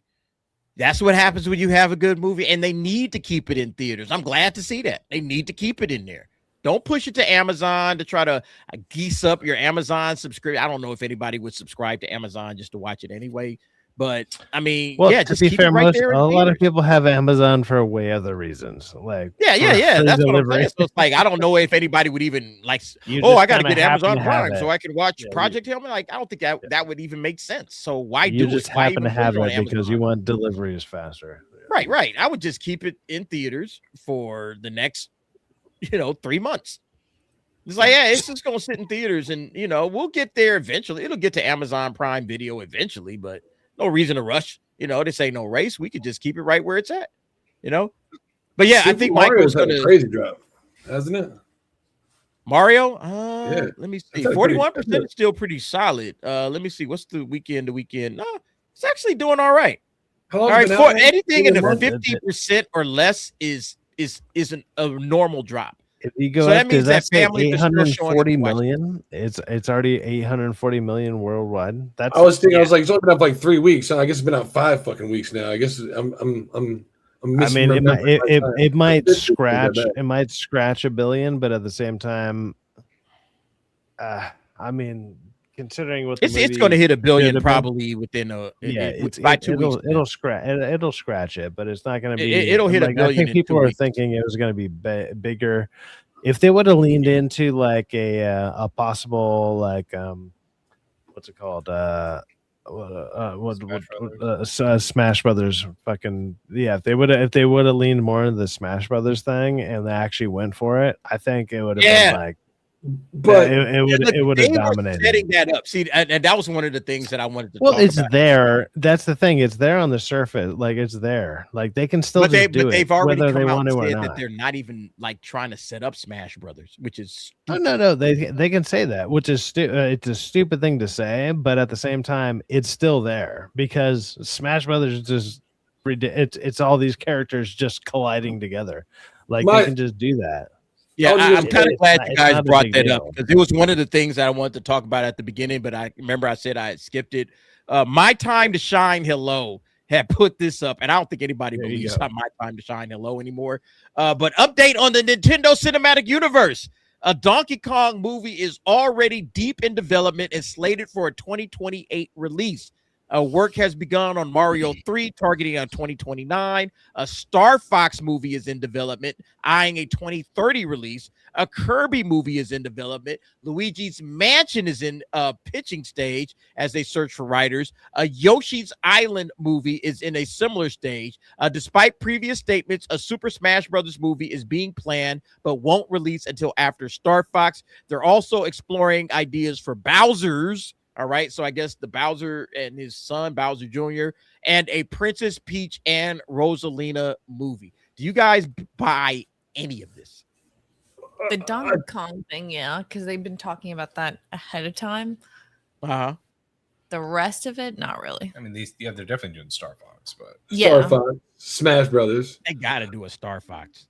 They But- got to do a Star Fox. But This once- is confirming Zelda's not going to be in it, right? And we know it's live action, but they're not going to try to like change over Zelda into. They could just easily have that actor, morph into it, A fall through a cartoon. warp pipe or some shit, or they could easily do Yeah. that. And, all right, now I he's know in the they have- animated world. We're done. I don't know if they're gonna have like its own like what do they call Disney's fucking live actions, like like a trilogy of Zelda that's not gonna be tied to this. Try to do live Yeah, I action think they will. and cartoons. But they can easily you know? have that actor just kind of trip, like I said, fall through a warp pipe, and he pops up as an animated form. He's like, "Oh my god, I'm animated now!" And then the master hand grabs him or whatever. Like they can easily do that and throw him into a Smash Brothers movie if that's what they want to do. I think a Smash Brothers movie has to happen. I mean, I think it has to Smash happen, but I Brothers don't think movie it has to is be like rushed. It shouldn't be rushed. I mean, it's Should be printing rushed. money, but I also think they can also do that with like the Link movie that's coming out, the Zelda movie. What, right? It's like instead of them because they did it actually with the Super Mario movie. The Super Mario movie, it actually did start with like real life people, and then it went like kind of comical or whatever. Like they brought them into that universe. They went through the pipe and whatever. Like they actually started as regular people or sorta whatever. But you can do the reverse as well with like with the Zelda stuff, and it's just like, okay, hey, we're all real life, and then boom, transport them there, and now everybody's together, and now you got the Smash Brothers universe.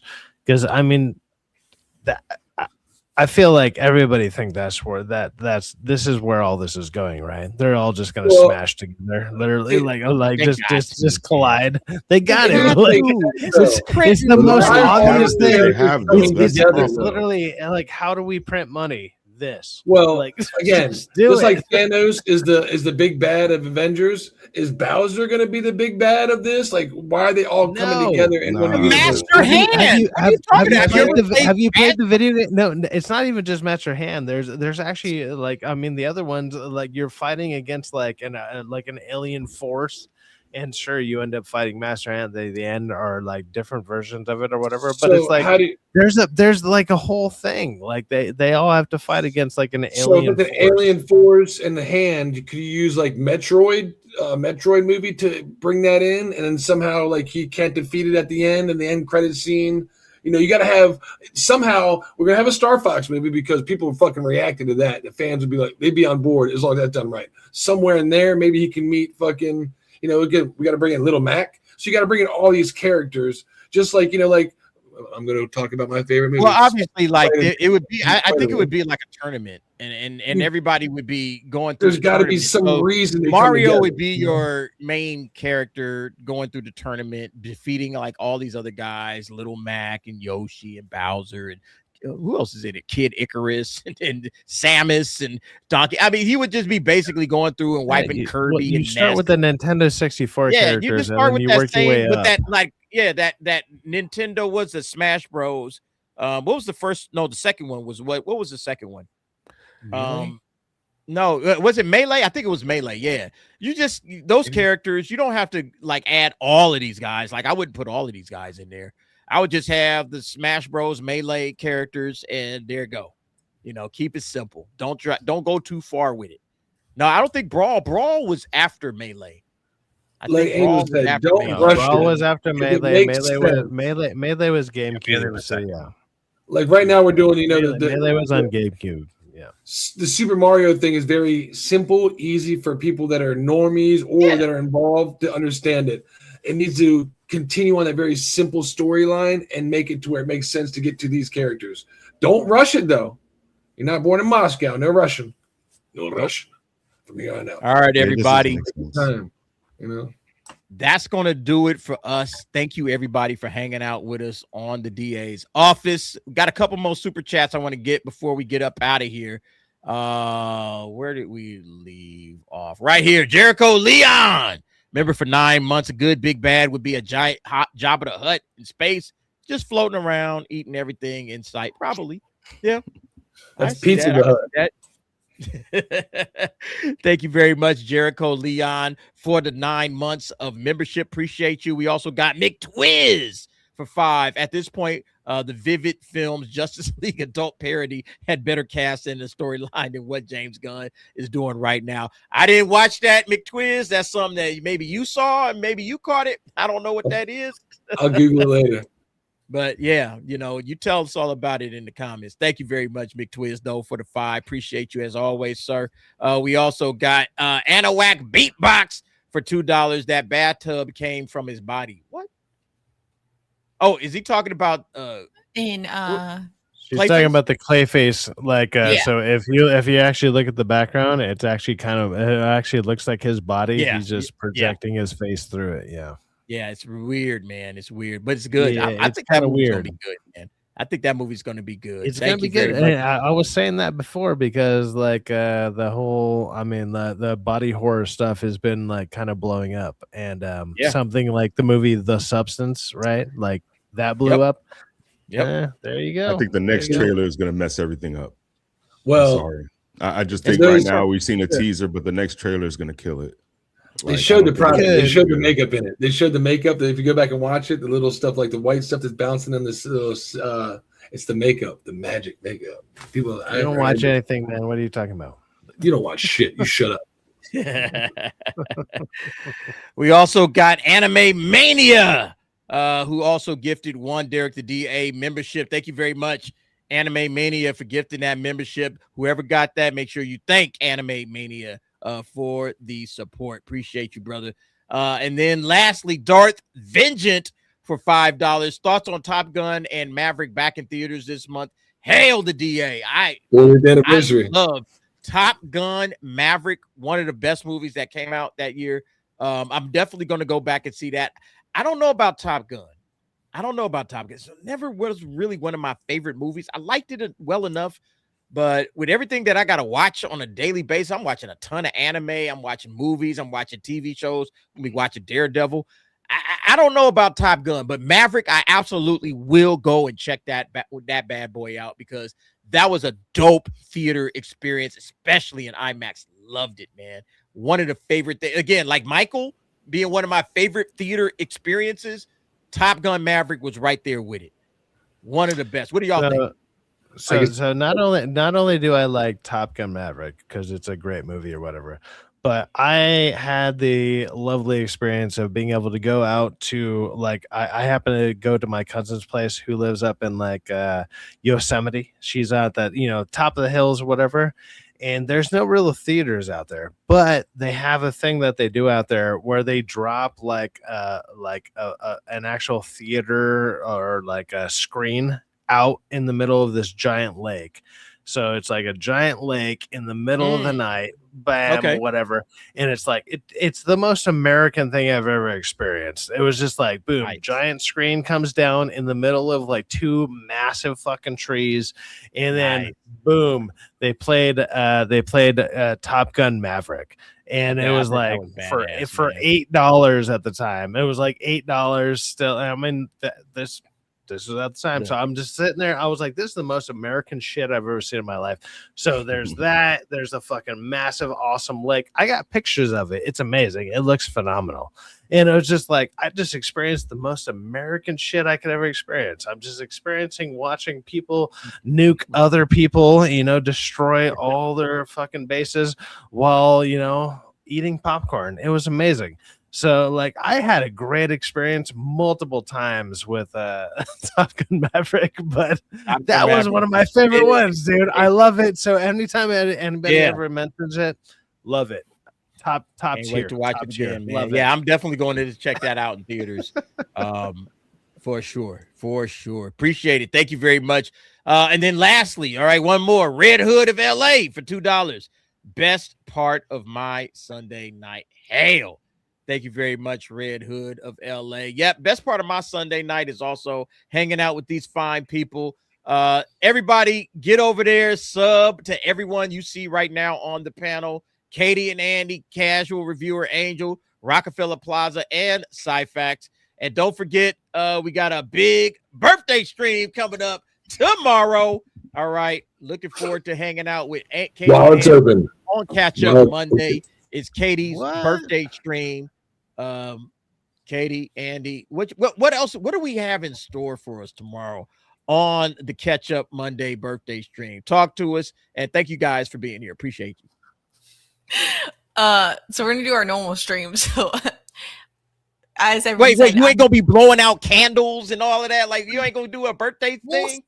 We'll see. We'll do, like, there's gonna be fun stuff that we'll do as well, but we're still gonna talk about like normal stuff that we do on Mondays, just catch up with our audience about like normal pop culture stuff that's going on. Gotcha. That's why I'm dressed up as the characters of the different, because our fans want to talk about like the Michael movie that we went to go see and all that stuff. But yeah, we'll also be playing games.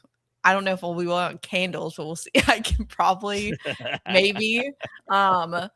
But yeah, so we'll be doing different fun stuff on the stream. Nice. Everybody get over to Katie and Andy. Hold my dual shock. Make sure you guys show up for the birthday stream for Katie. All right. Wish her a happy birthday and hang out with them. It's going to be dope. All right. All right. Thank you very much, guys, for being here. We also got Rockefeller Plaza. You're next. You got anything coming up? No, I'll be playing some video games like I always do tomorrow morning, 8:30 a.m. Eastern Standard Time. Besides that, I'll be back here for Tuesday night. We're doing Daredevil again, right? Oh, yeah. We got to do Daredevil, man. Besides that, man, I had a great time. Happy Sunday, everybody. Make sure you go over while it's open to Katie's birthday stream and bless her. And make sure you subscribe to everybody on the channel. Thanks again for hanging out with us. Happy Sunday, everybody. Yep. Cyfax. What you got coming up, bro? Well, it's always a pleasure to be on here, like as always. But also happy birthday to you, Katie. I always love to see you. It was great to see you in Tampa, or not Tampa. I'm sorry, Orlando. I keep wanting to say Tampa whenever I think Florida. That's so stupid. But Orlando, it was great to see you out there. But also, yes, happy birthday to you. And then if anybody remembers after they're celebrating her, I might have a birthday next week. So, I mean, come by and say hi for my birthday, please. Whatever. Everybody, are you gonna do a picture, Photoshop yourself like Starlight in your? Oh, I'll do it. It's fine. Yeah, are we gonna get some of this action right here with Cyfax on the birthday stream, man? Are we getting some of this? Supergirl Cyfax, Michael Jackson. Can we get me more? I need to be more scantily. I need to look more scantal. Like can you just take Katie's actual thumbnail, like of her like standing like this, Michael Jackson, and superimpose your face over top of it? Just use her exact thumbnail. Cyfax, always got to make it about him. Absolutely, definitely, 100%. Finally, we get to Angel. Angel, what you got coming up, bro? I didn't know it was her birthday. What the fuck? Well, I'm putting up some shorts throughout the week. Tuesday we got our Daredevil live stream. Wednesday, check us out for anime live stream, anime nights. Thursday, I think I have a live stream with Miss Sparkles and DK Bones, so check that out as well. And yeah, pretty busy week for me, but that's what I'll be doing. Cool. Check out DK Bones. The Bones is talking. Make sure. All right, let's see. Is there anybody I can bounce you guys over to? Let's see. Who can we raid? Any raids available? Kick in the fucking door. It's a raid. Nope. Everybody Show me is your hands. out and sleeping. All nobody right? here. We always the last ones up on Sunday nights. All right, everybody. Thank you very much for hanging out with us on the DA's office. I appreciate all of you guys. We will hit you guys back on Tuesday. All right, where we'll be talking about Daredevil bored again. I'm pretty sure we're not going to enjoy that episode, but we always give everything a shot. All right, and I always hope for the best. Hey, you know, we and love some that episodes have episode. been better than others, but You can choke me any day. Yep. All right, everybody, have a good one. Oh, look, right as we're wrapping up, Bigot Army raid. Really? Is that really what's happening? That's I didn't see it. I see the numbers going down. I don't see the We got raid. some bad news Yeah, I for don't you see that guys. happening at all. I think somebody just got slipped up. All right, We love guys. you, Bigot. You guys Bye. have a good one. We will see y'all on the next one. Everybody have a good evening, and thank you for all that you do for the channel. Where's my outro? I lost. Oh, there it is. All right. Peace out.